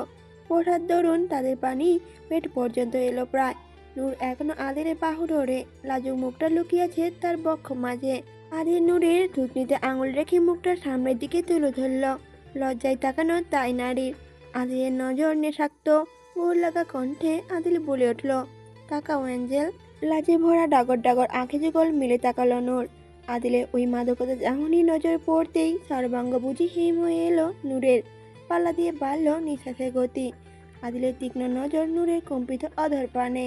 মুখ নামিয়ে আলতো করে অধর ছোঁয়ালো নূরের কোমল অধরে। কম্পনে শিহরণে চোখ বুজে নিল আবরণ নূর। কাঁধে চেপে ধরল শক্ত করে। আদিল মাথা তুলল। হাতের তালুতে পানি নিয়ে প্রথমে নূরের গালে হলুদ ধুয়ে দিল সযত্নে। আঙুলের পরশে কেঁপে উঠল নূর। নূরের নিঃশ্বাস ভারী হচ্ছে ক্রমাগত। মুখের ওপর নূরের হাতে হলুদ ধুয়ে দিল। পা দুটো এবার টান করে শাড়ি একটু সরিয়ে আদিলের লাগিয়ে দেওয়া হলুদ পরিষ্কার করতে লাগলো পা থেকে আদিল। নূরের বেসামাল নিঃশ্বাস বুঝি এবার আটকে যাচ্ছে। আদিলের কাঁধে মুখ গুজল সে। দুই হাতে আদিলের দুই কাঁধ খামচে ধরে ভারী নিঃশ্বাস ফেলতে লাগলো সে। সেই নিঃশ্বাসের তোর নেশার মাত্রা বাড়ালো আদিলের মাঝে। নূরের ভেজা অঙ্গ আর অঙ্গ থেকে আসা হলুদের সুগন্ধ মাথোয়ারা করে দিচ্ছে আদিলকে। সিক্ত কোমরে আদিলের হাতের বিচরণ অনুভব করলো নূর। কম্পনের মাত্রা বাড়ল তার। পরপরই কাঁধে আদিলের অধরে স্পর্শ পেল সে। শিহরণে কাঁধ বেঁকে এলো তার। আদিল নূরের কোমর চেপে আরো নিবিড়ভাবে মেশালো নিজের সাথে। কাঁধে অধরের তীব্রতা বাড়ল। খানিক বাদে আদিল নূরের কাঁধ থেকে মাথা তুলে এক হাতে নূরের মুখটার সামনে ধরল। চোখ বন্ধ তার। ভারী নিঃশ্বাস আর কম্পিত সর্বাঙ্গ। তিরতির করে কাঁপছে তার সিক্ত ওষ্ঠদ্বয়। ভেজা ঢোক গিলল আদিল। নেশায় পাগল সে। মুখ নামিয়ে মৃত করল দুজোড়া ওষ্ঠদ্বয়। মেতে উঠল অধর লীলায় খেলায়। কম্পনে কেঁপে ওঠা নূরের সর্বাঙ্গ। হাতের মুঠোয় খামচে ধরে আছে আদিলের কাঁধের পাঞ্জাবি। আদিলের মাদকতা বাড়ছে। দম আটকে আসছে তার। সে নিজেকে ছাড়ানোর জন্য সরে আসার চেষ্টা করলো। তখন থামলো আদিল। অধর যুগল আলাদা করে নূরের কপালে কপাল ঠেকিয়ে হাঁপাতে লাগলো দুজনেই। নিজেকে খানিকটা ধাতস্থ করে আদিল বলল, সরি অ্যাঞ্জেল, একটু বেশিই পাগলামো করে ফেলেছি বোধহয়। কি করব বলো? তোমার এই মৌনতা সব নিয়ন্ত্রণ ভেঙে দিচ্ছে আমার।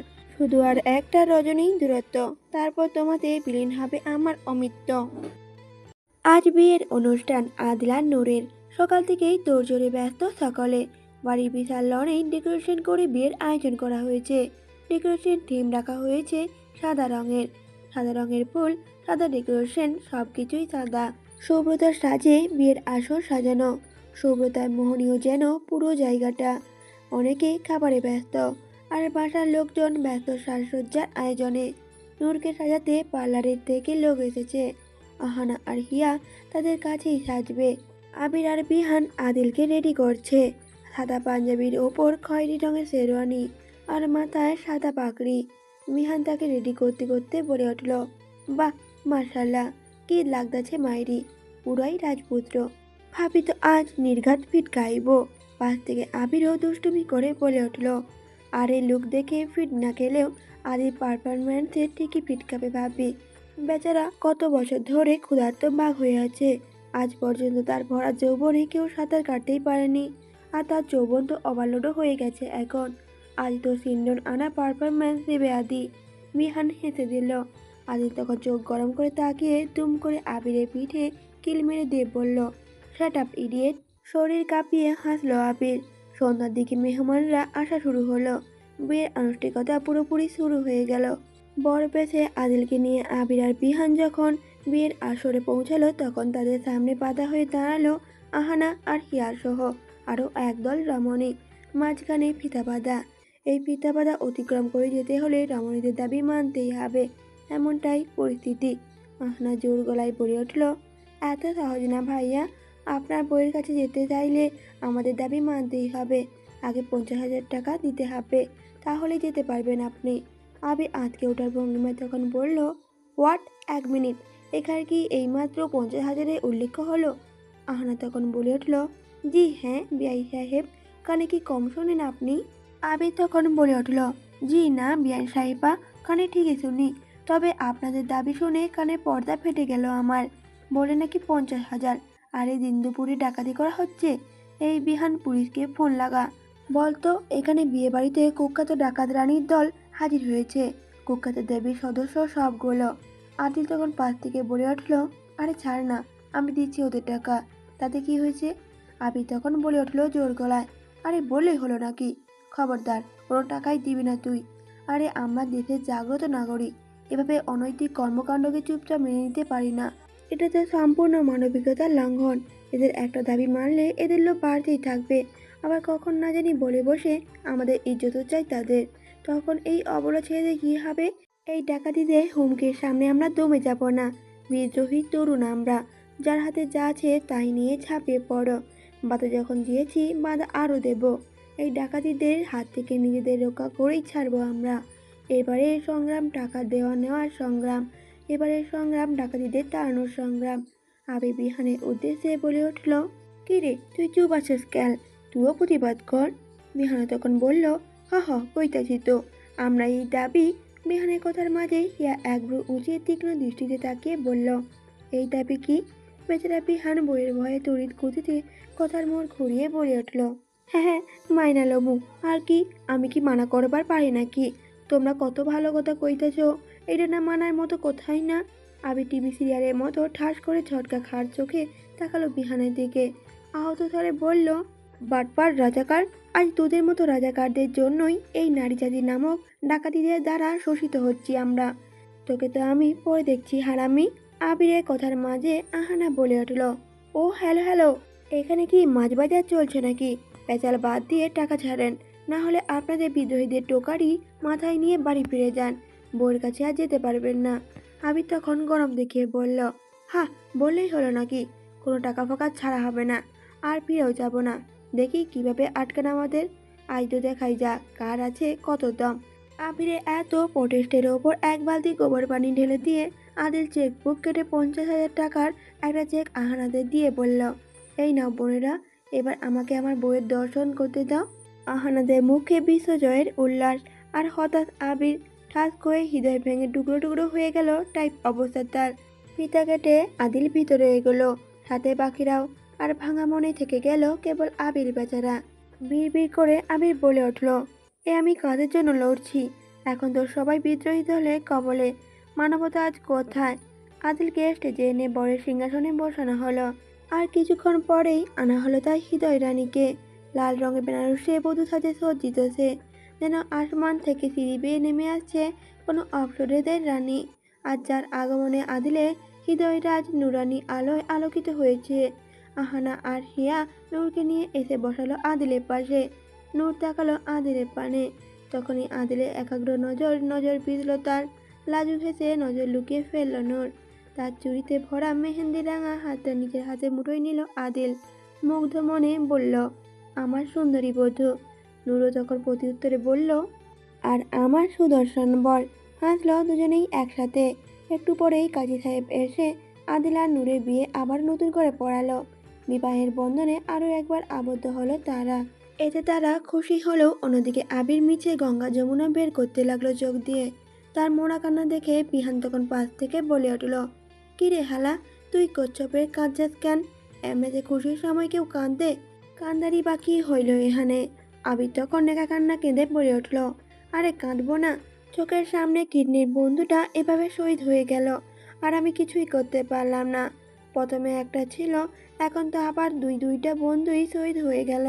দুঃখ ভরতে ভরতে কলিজা পোয়াতি হয়ে গেল আমার। কথাগুলো বলতে বলতে খাক করে নাকের পানি রুমালে মুছল আবির। বিহান তখন চোখ মুখ কুচকে বলে উঠল, হ হ হাজাই কৈশোর, দেখ না তোর পোয়াতি কলিজা বাচ্চা দেওয়া শুরু করেছে, বলেই হেসে দিল বিহান। খেতে বসলো সবাই মিলে। আবির গিয়ে বসলো আহানার পাশে, বসেই অ্যাটিটিউড নিয়ে বলে উঠল, এই যে বিয়ান সাহিবা, তখন তো খুব লুটে নিলেন আমাদের, এবার আপনাদের সেবার পালা, নিন সুন্দর করে খাইয়ে দিন তো আমাকে।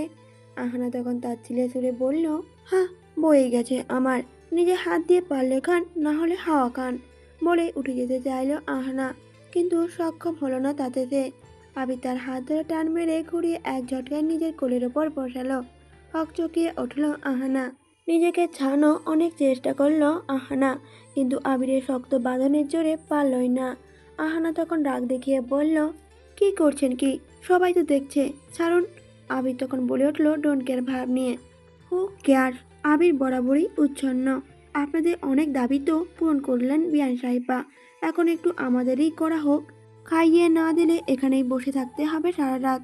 And believe me, I love to do this. Ahana বুঝলো আবির তাকে এভাবে কিছুতেই ছাড়বে না। ঘাড়তেরাটাকে সে ভালো করেই চেনে, তাই অগত্যা তার কথা মেনে নিয়ে বলল, আচ্ছা আচ্ছা ঠিক আছে দিচ্ছি, আগে নামান আমাকে। আবির তখন বাঁকা হেসে হাত সরিয়ে আহানাকে ছাড়ল। আহানা সামনে চেয়ারে বসলো। আবিরের জেদ রক্ষার্থে সে পেটে খাবারও বাড়ল। হাতে লোকমা নিয়ে আবিরের মুখের সামনে ধরল। আবিরও মুখে নিল খাবার, হাতে আহানা আঙুলগুলো। মুখে নিল তো ঠিকই, কিন্তু বের আর করছেই না। আহানা পড়ে গেল বিপাকে। হাত বের করছে না দেখে সে বলে উঠল, আরে হাত শুদ্ধ খাবেন নাকি? হাত তো ছাড়ুন। আবির তখন হাত ছেড়ে দিয়ে বলল, আরে বিয়ান সাহেবা, আপনার হাত তো বেশি টেস্টি লাগছিল, রোস্টের চেয়েও মজাদার। আপনার হাতে কি রাঁধুনি মশলা মাখিয়ে রান্না করেছেন বলুন না? একদম মুখরোচক আঙুলগুলো। আহানা তখন বিরক্ত হয়ে বলল, দেখ। খাবার রেখে দ্রুত চলে গেল আহানা। এদিকে হাসতে হাসতে কুটি কুটি হচ্ছে আবির। অবশেষে সব আনুষ্ঠানিকতা শেষে সময় এলো আদিলের রুমে যাওয়ার। সেখানে বাসর ঘরে অপেক্ষা করছে তার নববধূ। যদিও সেখানে যেতে আবারও দস্যুদের দাবি মানতেই হলো তাকে। আহানারা আবার খসালো তার পকেট। তবে এই পর্যায়ে আবির একদম চুপ ছিল, একটা টু শব্দ করেনি। তা দেখে বিহান একটু অবাকই হয়েছে। বিহান জিজ্ঞেস করে উঠল আবিরকে, কিরে তুই কিছু কইলি না, চুপ মাইরে গেলি একবার? আবির তখন বলে উঠল, আমার এই ভরা যৌবনে মরার শখ নাই ভাই। আরে বাসর যাওয়ার সময় ক্যাচার করলে দেখা গেল টাকার জায়গায় আমার মাথাটাই কেটে ওদের হাতে ধরে দিল, তখন কি করুম আমি? তাই এই সময় কথা বলে মরার শখ নাই আমার, বাইচে থাকলে বাপের নাম। সকল বাধা অতিক্রম করে বাসর ঘরে শেষমেশ পা রাখলো আদিল। ফুলে সজ্জিত বিছানার মাঝে ঘোমটা টেনে তার অপেক্ষায় বসে আছে তার বধূটি। তার মোহনীয়তায় আদিলের ঘরটা যেন ঝলমল করে উঠছে। দরজা লাগিয়ে ধীরে ধীরে এগিয়ে গিয়ে বিছানার ওপর পা ঝুলিয়ে নূরের সামনে বসলো আদিল। তারপর দুহাতে ঘোমটা তুলে নূরের মুখ দর্শন করে বলল আদিল, মাশাআল্লাহ, আজ তো চাঁদ ঝুঁকে যাবে তোমার কন্দমে, আমার রাজ্য আলোকিত তোমার পবিত্র আগমনে। কথাটা বলেই আদিল অধছোয়ালো নূরের ললাটে। আবেশে চোখ বুজে নিল নূর। আদিল উঠে গিয়ে কাবার থেকে একটা প্যাকেট বের করে এনে নূরের হাতে দিয়ে বলে উঠল, চেঞ্জ করে এটা পরে এসো। মেকআপের কৃত্রিমতা ছাড়িয়ে আমার প্রকৃতির ন্যায় স্নিগ্ধ নূরকে দেখতে চাই আমি। নূরও প্যাকেটটা হাতে নিয়ে বিছানা থেকে নামল। ড্রেসিং টেবিলের সামনে এসে প্যাকেটে রেখে আগে নিজের সারা শরীরে জড়ানো ভারী গহনাগুলো আলাদা করতে চাইল। আগে নাকের মোটা নথটা খুলল সে, তারপর হাতের আঙুলের ওপর দিয়ে টানটনির ব্রেসলেটটা খুলল। আংটি আর হাত ভরা চুড়িগুলো খুলতে লাগলো একে একে। চুড়িতে ভরে গেল ড্রেসিং টেবিলটা। হাত খালি হলে সে এবার মাথায় ঘোমটায় হাত দিল, কিন্তু পিছনে পিন অনেকগুলো লাগানো। সে হাতড়িয়ে হাতড়িয়ে খুঁজে পিন খোলার চেষ্টা করতে লাগলো, তবুও না দেখে সবগুলো কেমন খুলতে পারছে না সে। পার্লারে মেয়েগুলো এমনভাবে সাজিয়েছে যে এখন খোলাই মুশকিল হচ্ছে তার পক্ষে। হঠাৎ মাথায় অন্য হাতের উপস্থিতি টের পেল নূর। হালকা চকিত নয়নে আয়নার দিকে তাকাতেই নিজের পেছনে আদিলের অবস্থান পেল সে। থমকিত হলো খানিকটা। আজ যেন এই পুরুষটার আবহ তাকে কেমন অন্যরকম অনুভূতি আলোড়নে জর্জরিত করছে। লজ্জাগুলো যেন আজ বেশিই বশীভূত করছে তাকে। আস্তে আস্তে নূরে ঘোমটার পিনগুলো খুলে ঘোমটাটা নামিয়ে নিল মাথার ওপর থেকে। ফলে উন্মুক্ত হলো নূরের খোপার নিচের গলা কাঁধ। আদিল হাত পৌঁছালো গলার পেছনের নেকলেসের হুকে। হুক খুলতে খুলতে হাতের আঙুলগুলো ছুঁয়ে গেল নূরের কোমর, গলা আর পিঠের উন্মুক্ত স্থানে। ফলে নিঃশ্বাসে বেসামাল হতে শুরু করলো যেন। হুক খুলে নেকলেসের গলা থেকে নামিয়ে নিল আদিল। সামনে থেকে সেটা ধরে ফেলে নামিয়ে রাখলো নূর। সবগুলো নেকলেস খোলা শেষে গলার পেছনে অদল লেপটে দিল আদিল। তৎক্ষণাৎই চোখ বুজে ফেলল নূর। শিহরণের মাঝে হাত কাঁপানো শীতের মতো কাঁটা দিয়ে উঠল প্রতিটি লোমকূপ তার। খুব গভীরভাবে চুমু খেয়ে মুখ তুলল আদিল। এবার আদিল মুখ এগিয়ে নিল এবার কানের পেছনে। দাঁতের সাহায্যে কানে তুলে হুক টেনে খুলল নূরের। শিহরণে কাঁধ হালকা বেঁকে এলো নূরের। নিঃশ্বাসের ভারী মাত্রা বাড়ছে পাল্লা দিয়ে। হুক করে ফেললে নূর দুলটা নামিয়ে নিচে রাখলো। একইভাবে অন্য দুলটাও খুলল। খোলা শেষে কানেও চুমু খেলো আদিল। তারপর মাথার চুলের ক্লিপগুলো খুলে খোপা খুলে দিল। চুলের মাঝে অধর ছোয়ালো সযত্নে। এরপর শাড়ি আঁচলে হাত দিল সে। কাঁধের ওপর ব্লাউজের সাথে আটকে রাখা স্টেপটিমটা খুলতেই আঁচলটা পরিয়েতে নিলে নূর সেটা চেপে ধরল। কম্পিত স্বরে বলে উঠল, আমি নিজেই করে নেব, আমি এখন ওয়াশরুম থেকে চেঞ্জ করে আসছি। আদিল নূরের কানের কাছে মুখ নিয়ে লোভ হয়েছে বলে উঠল, কি হলো বউ, লজ্জা পাচ্ছ? শুধু এই শাড়ি কেন, আজ তো আমাদের মাঝে 1 ইঞ্চি সুতোর অবস্থান থাকতে দেব না আমি। নূর লজ্জায় আর দাঁড়াতেই পারল না। প্যাকেটটা হাতে নিয়ে মুখের সামনে চেপে ধরে দৌড়ে ওয়াশরুমের দিকে চলে গেল। আর পেছন থেকে ঠোঁট কামড়ে হাসলো আদিল। হাসতে হাসতে বলল, কাম শুন সুইটহার্ট, আই কান্ট ওয়েট। নূর আস্তে আস্তে আদিল নিজেও তার বিয়ের পোশাকগুলো পাল্টে নিল। সাদা প্যান্ট আর সাদা পাতলা একটা শার্ট পরল সে। শার্টের বোতামের ওপরে 3টাই খোলা, শার্টের পাকে বুক দৃশ্যমান তার। রেডি হওয়ার পর রুমের লাইটটা ডিম লাইট জ্বালালো। জানালা আর ব্যালকনির দরজা দিয়ে ভরা চাঁদের রূপালি আলো প্রবেশ করে পরিবেশ যেন আরো মোহময় করছে। সাথে প্রকৃতিও আজ তাদের এই মধুময় করতে শীতল পবন ছেড়েছে। বাতাসে জানালা পর্দা উড়ছে এলোমেলো ভাবে। নিজের কাজ সেরে নূরের জন্য অপেক্ষা করতে লাগলো আদিল। মিনিট 20 পর নূর বের হলো ওয়াশরুম থেকে। দরজা খোলার শব্দে সেদিকে ফিরে তাকালো আদিল। তাকাতেই বুঝি সর্বনাশ হলো তার। সকল ইন্দ্রিয় যেন তৎক্ষণাৎ ক্রিয়াহীন হয়ে পড়ল। সে যে স্বচ্ছকে কোনো মানবিকে না, যেন কোনো তপ্ত লাভা দেখতে পাচ্ছে, যা আদিলের সর্বস্ব ধ্বংস করে দিচ্ছে। নূর সাদা পাতলা জর্জেট শাড়িতে নিজেকে জড়িয়েছে। গোসল করায় ভেজা চুলের পানি টুপটাপ পড়ছে এলোমেলো ভাবে। গায়ে আর কোনো কৃত্রিমতার লেশ নেই, শুধুই শুভ্র আর স্নিগ্ধতার ভরপুর। বাড়ি থেকে আসা মাতাল পবনে পাতলা শাড়ি আরও লেপটে যাচ্ছে তার বদনে, যার দরুন তার চিকন কোমর পেট সবই দৃশ্যমান হচ্ছে আদিলের সম্মুখে। আদিলকে বিমোহিত করে দিচ্ছে, ঘায়েল করে দিচ্ছে সর্বস্ব। নূর মাথা নুয়ে ধীরে ধীরে একটু একটু করে সামনে এগিয়ে এসে আদিলের সামনে স্থির হলো। আদিলের ওই নজর সব এলোমেলো হয়ে যাচ্ছে তার। কোথায় দাঁড়াবে, কোথায় বসবে, কিছুটি ঠাউর করতে পারছে না নূর। আদিলের কদম অগ্রসর হলো ওই মহিষী নারীর পানে। চোখের পাওয়াতে তীব্র নেশার মাদকতা।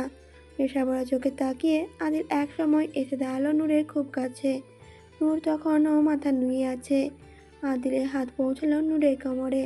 শাড়ির ফাঁকে হাত গলিয়ে কোমর পেঁচিয়ে টেনে নিল তাকে। নিজের বাহু ধরে নূরের মাথা ঠেকলো আদিলের বুকে, আর হাত দুটোতে ধরল আদিলের বুকের পাশে শার্টের অংশ। শত সামনে ভেজা চুলে নাক ডোবালো সে। চুলের ঘ্রাণে তীব্র মাতোয়ারা করতে ব্যস্ত আদিল। নূর বিমূর্ত হলো, নিঃশ্বাসের জোর বাড়ল তার। আদিল চুলে নাক ডুবিয়ে মাতাল কণ্ঠে বলে উঠল, এতটা ধ্বংস করছো যে, পারবে কি আমাকে সামলাতে? চোখ বন্ধ নূরের। আদিলের নেশাক্ত নজর নূরের কম্পিত অধরে। মাথা নুয়ে ধীরে ধীরে অগ্রসর হলো সেই অধর পানে। প্রায় চুই চুই। ঠিক তখনই হঠাৎ নূর আচমকা আদিলের কাছ থেকে নিজেকে ছাড়িয়ে ছুটে পালালো অন্যদিকে। লাজুক হেসে বলে উঠল নূর, এত সহজে না জানাব। আদিলও হালকা হেসে তখন বলল, আচ্ছা তাই নাকি, দেখাই যাক। নূর ছুটতে লাগলো আর আদিলের হাত থেকে বাঁচতে। আদিলও তাকে ধরার জন্য ছুটল তার পিছনে। ঘরের চারদিকে গোল গোল দৌড়াতে লাগলো দুজন। নূর একসময় গিয়ে জানলার পর্দার পেছনে নিজেকে লুকিয়ে ফেলল। 2 হাতে পর্দা টেনে মুখের উপর ঢেকে ফেলল সে। তা দেখে হাসলো আদিল। সেও দৌড়ে গেল নূরের সামনে। নূরের 2 পাশ দিয়ে হাত রেখে আটকে নিল তাকে। পর্দার উপর দিয়ে নূরের কপালে কপাল ঠেকিয়ে বলল আদিল, এখন কোথায় পালাবে বউ? এবার তো আটকা পড়ে গেছো। নূর কিছু বলল না, শুধু ভারী নিঃশ্বাসের শব্দ আসছে। আদিল ধীরে ধীরে এক হাত পর্দা ভেদ করে নূরের কোমরে গলিয়ে দিল, আরেক হাত নূরের মুখের উপর থেকে পর্দাটা সরিয়ে দিল। চোখ বুজে কাঁপছে নূর। ভারী নিঃশ্বাসে ওঠানামা হচ্ছে, যা আদিলকে করছে আরও তীব্র মাতাল। কাঁধের ওপর থেকে চুল সরিয়ে সেখানে অথচ আরও নিবিড়ভাবে আদিল। বিদ্যুৎ বয়ে গেল যেন নূরের সর্বাঙ্গে। নূর 2 হাতে পর্দা চেপে ধরল, তার কাজে আরও মগ্ন হলো। গলা কাঁধে চুমুর বর্ষণ করলো। কোমরে হাতের বিচরণ আরও জোরালো হচ্ছে। গলা থেকে মাথা তুলে আবারও মাথা তুলে নূরের মুখের দিকে তাকালো সে। নূর সেই মুহূর্তে চোখ মেলে তাকালো। আদিলের নেশাক্ত নজরে নজর পড়তেই লজ্জায় হঠাৎ উল্টো ঘুরে হাঁপাতে লাগলো সে। জানলা গিট ধরে হাঁপাচ্ছে সে। আদিল পেছন থেকে পিঠের ওপর থেকে চুলগুলো সরিয়ে দিল। পেছনের ফিতেটা একটানে খুলে ফেলল সে। ফর্সা মোলায়েম পিঠে আলতো করে কামড় বসালো আদিল। নূরের অবস্থা করুণ, দাঁড়িয়ে থাকা দায় তার। গিল চেপে ধরে থরথর করে কেঁপে যাচ্ছে নারী। পিঠে অজস্র চুমুতে ঢেকে দিল আদিল। নূরের কাঁধ ধরে আস্তে আস্তে করে সামনের দিকে ঘোরালো তাকে। বিবস নূর ছট করে আদিলের বুকের মাঝে নিজের আশ্রয় খুঁজল। নিজেকে লুকিয়ে ফেলার ইচ্ছে তার। আদিল ঝুঁকে কোলে তুলে নিল তাকে। নূরকে নিয়ে এসে ফুলে সাজানো বিছানায় শুয়ে দিল। মিলিত হল অধরে অধর, ডুব দিল অতল শহরে। ভালোবাসার চাদরে মুড়িয়ে নিল নূরকে। দুজনে দুজনাতে খুঁজে পেল নতুন এক মোহনা।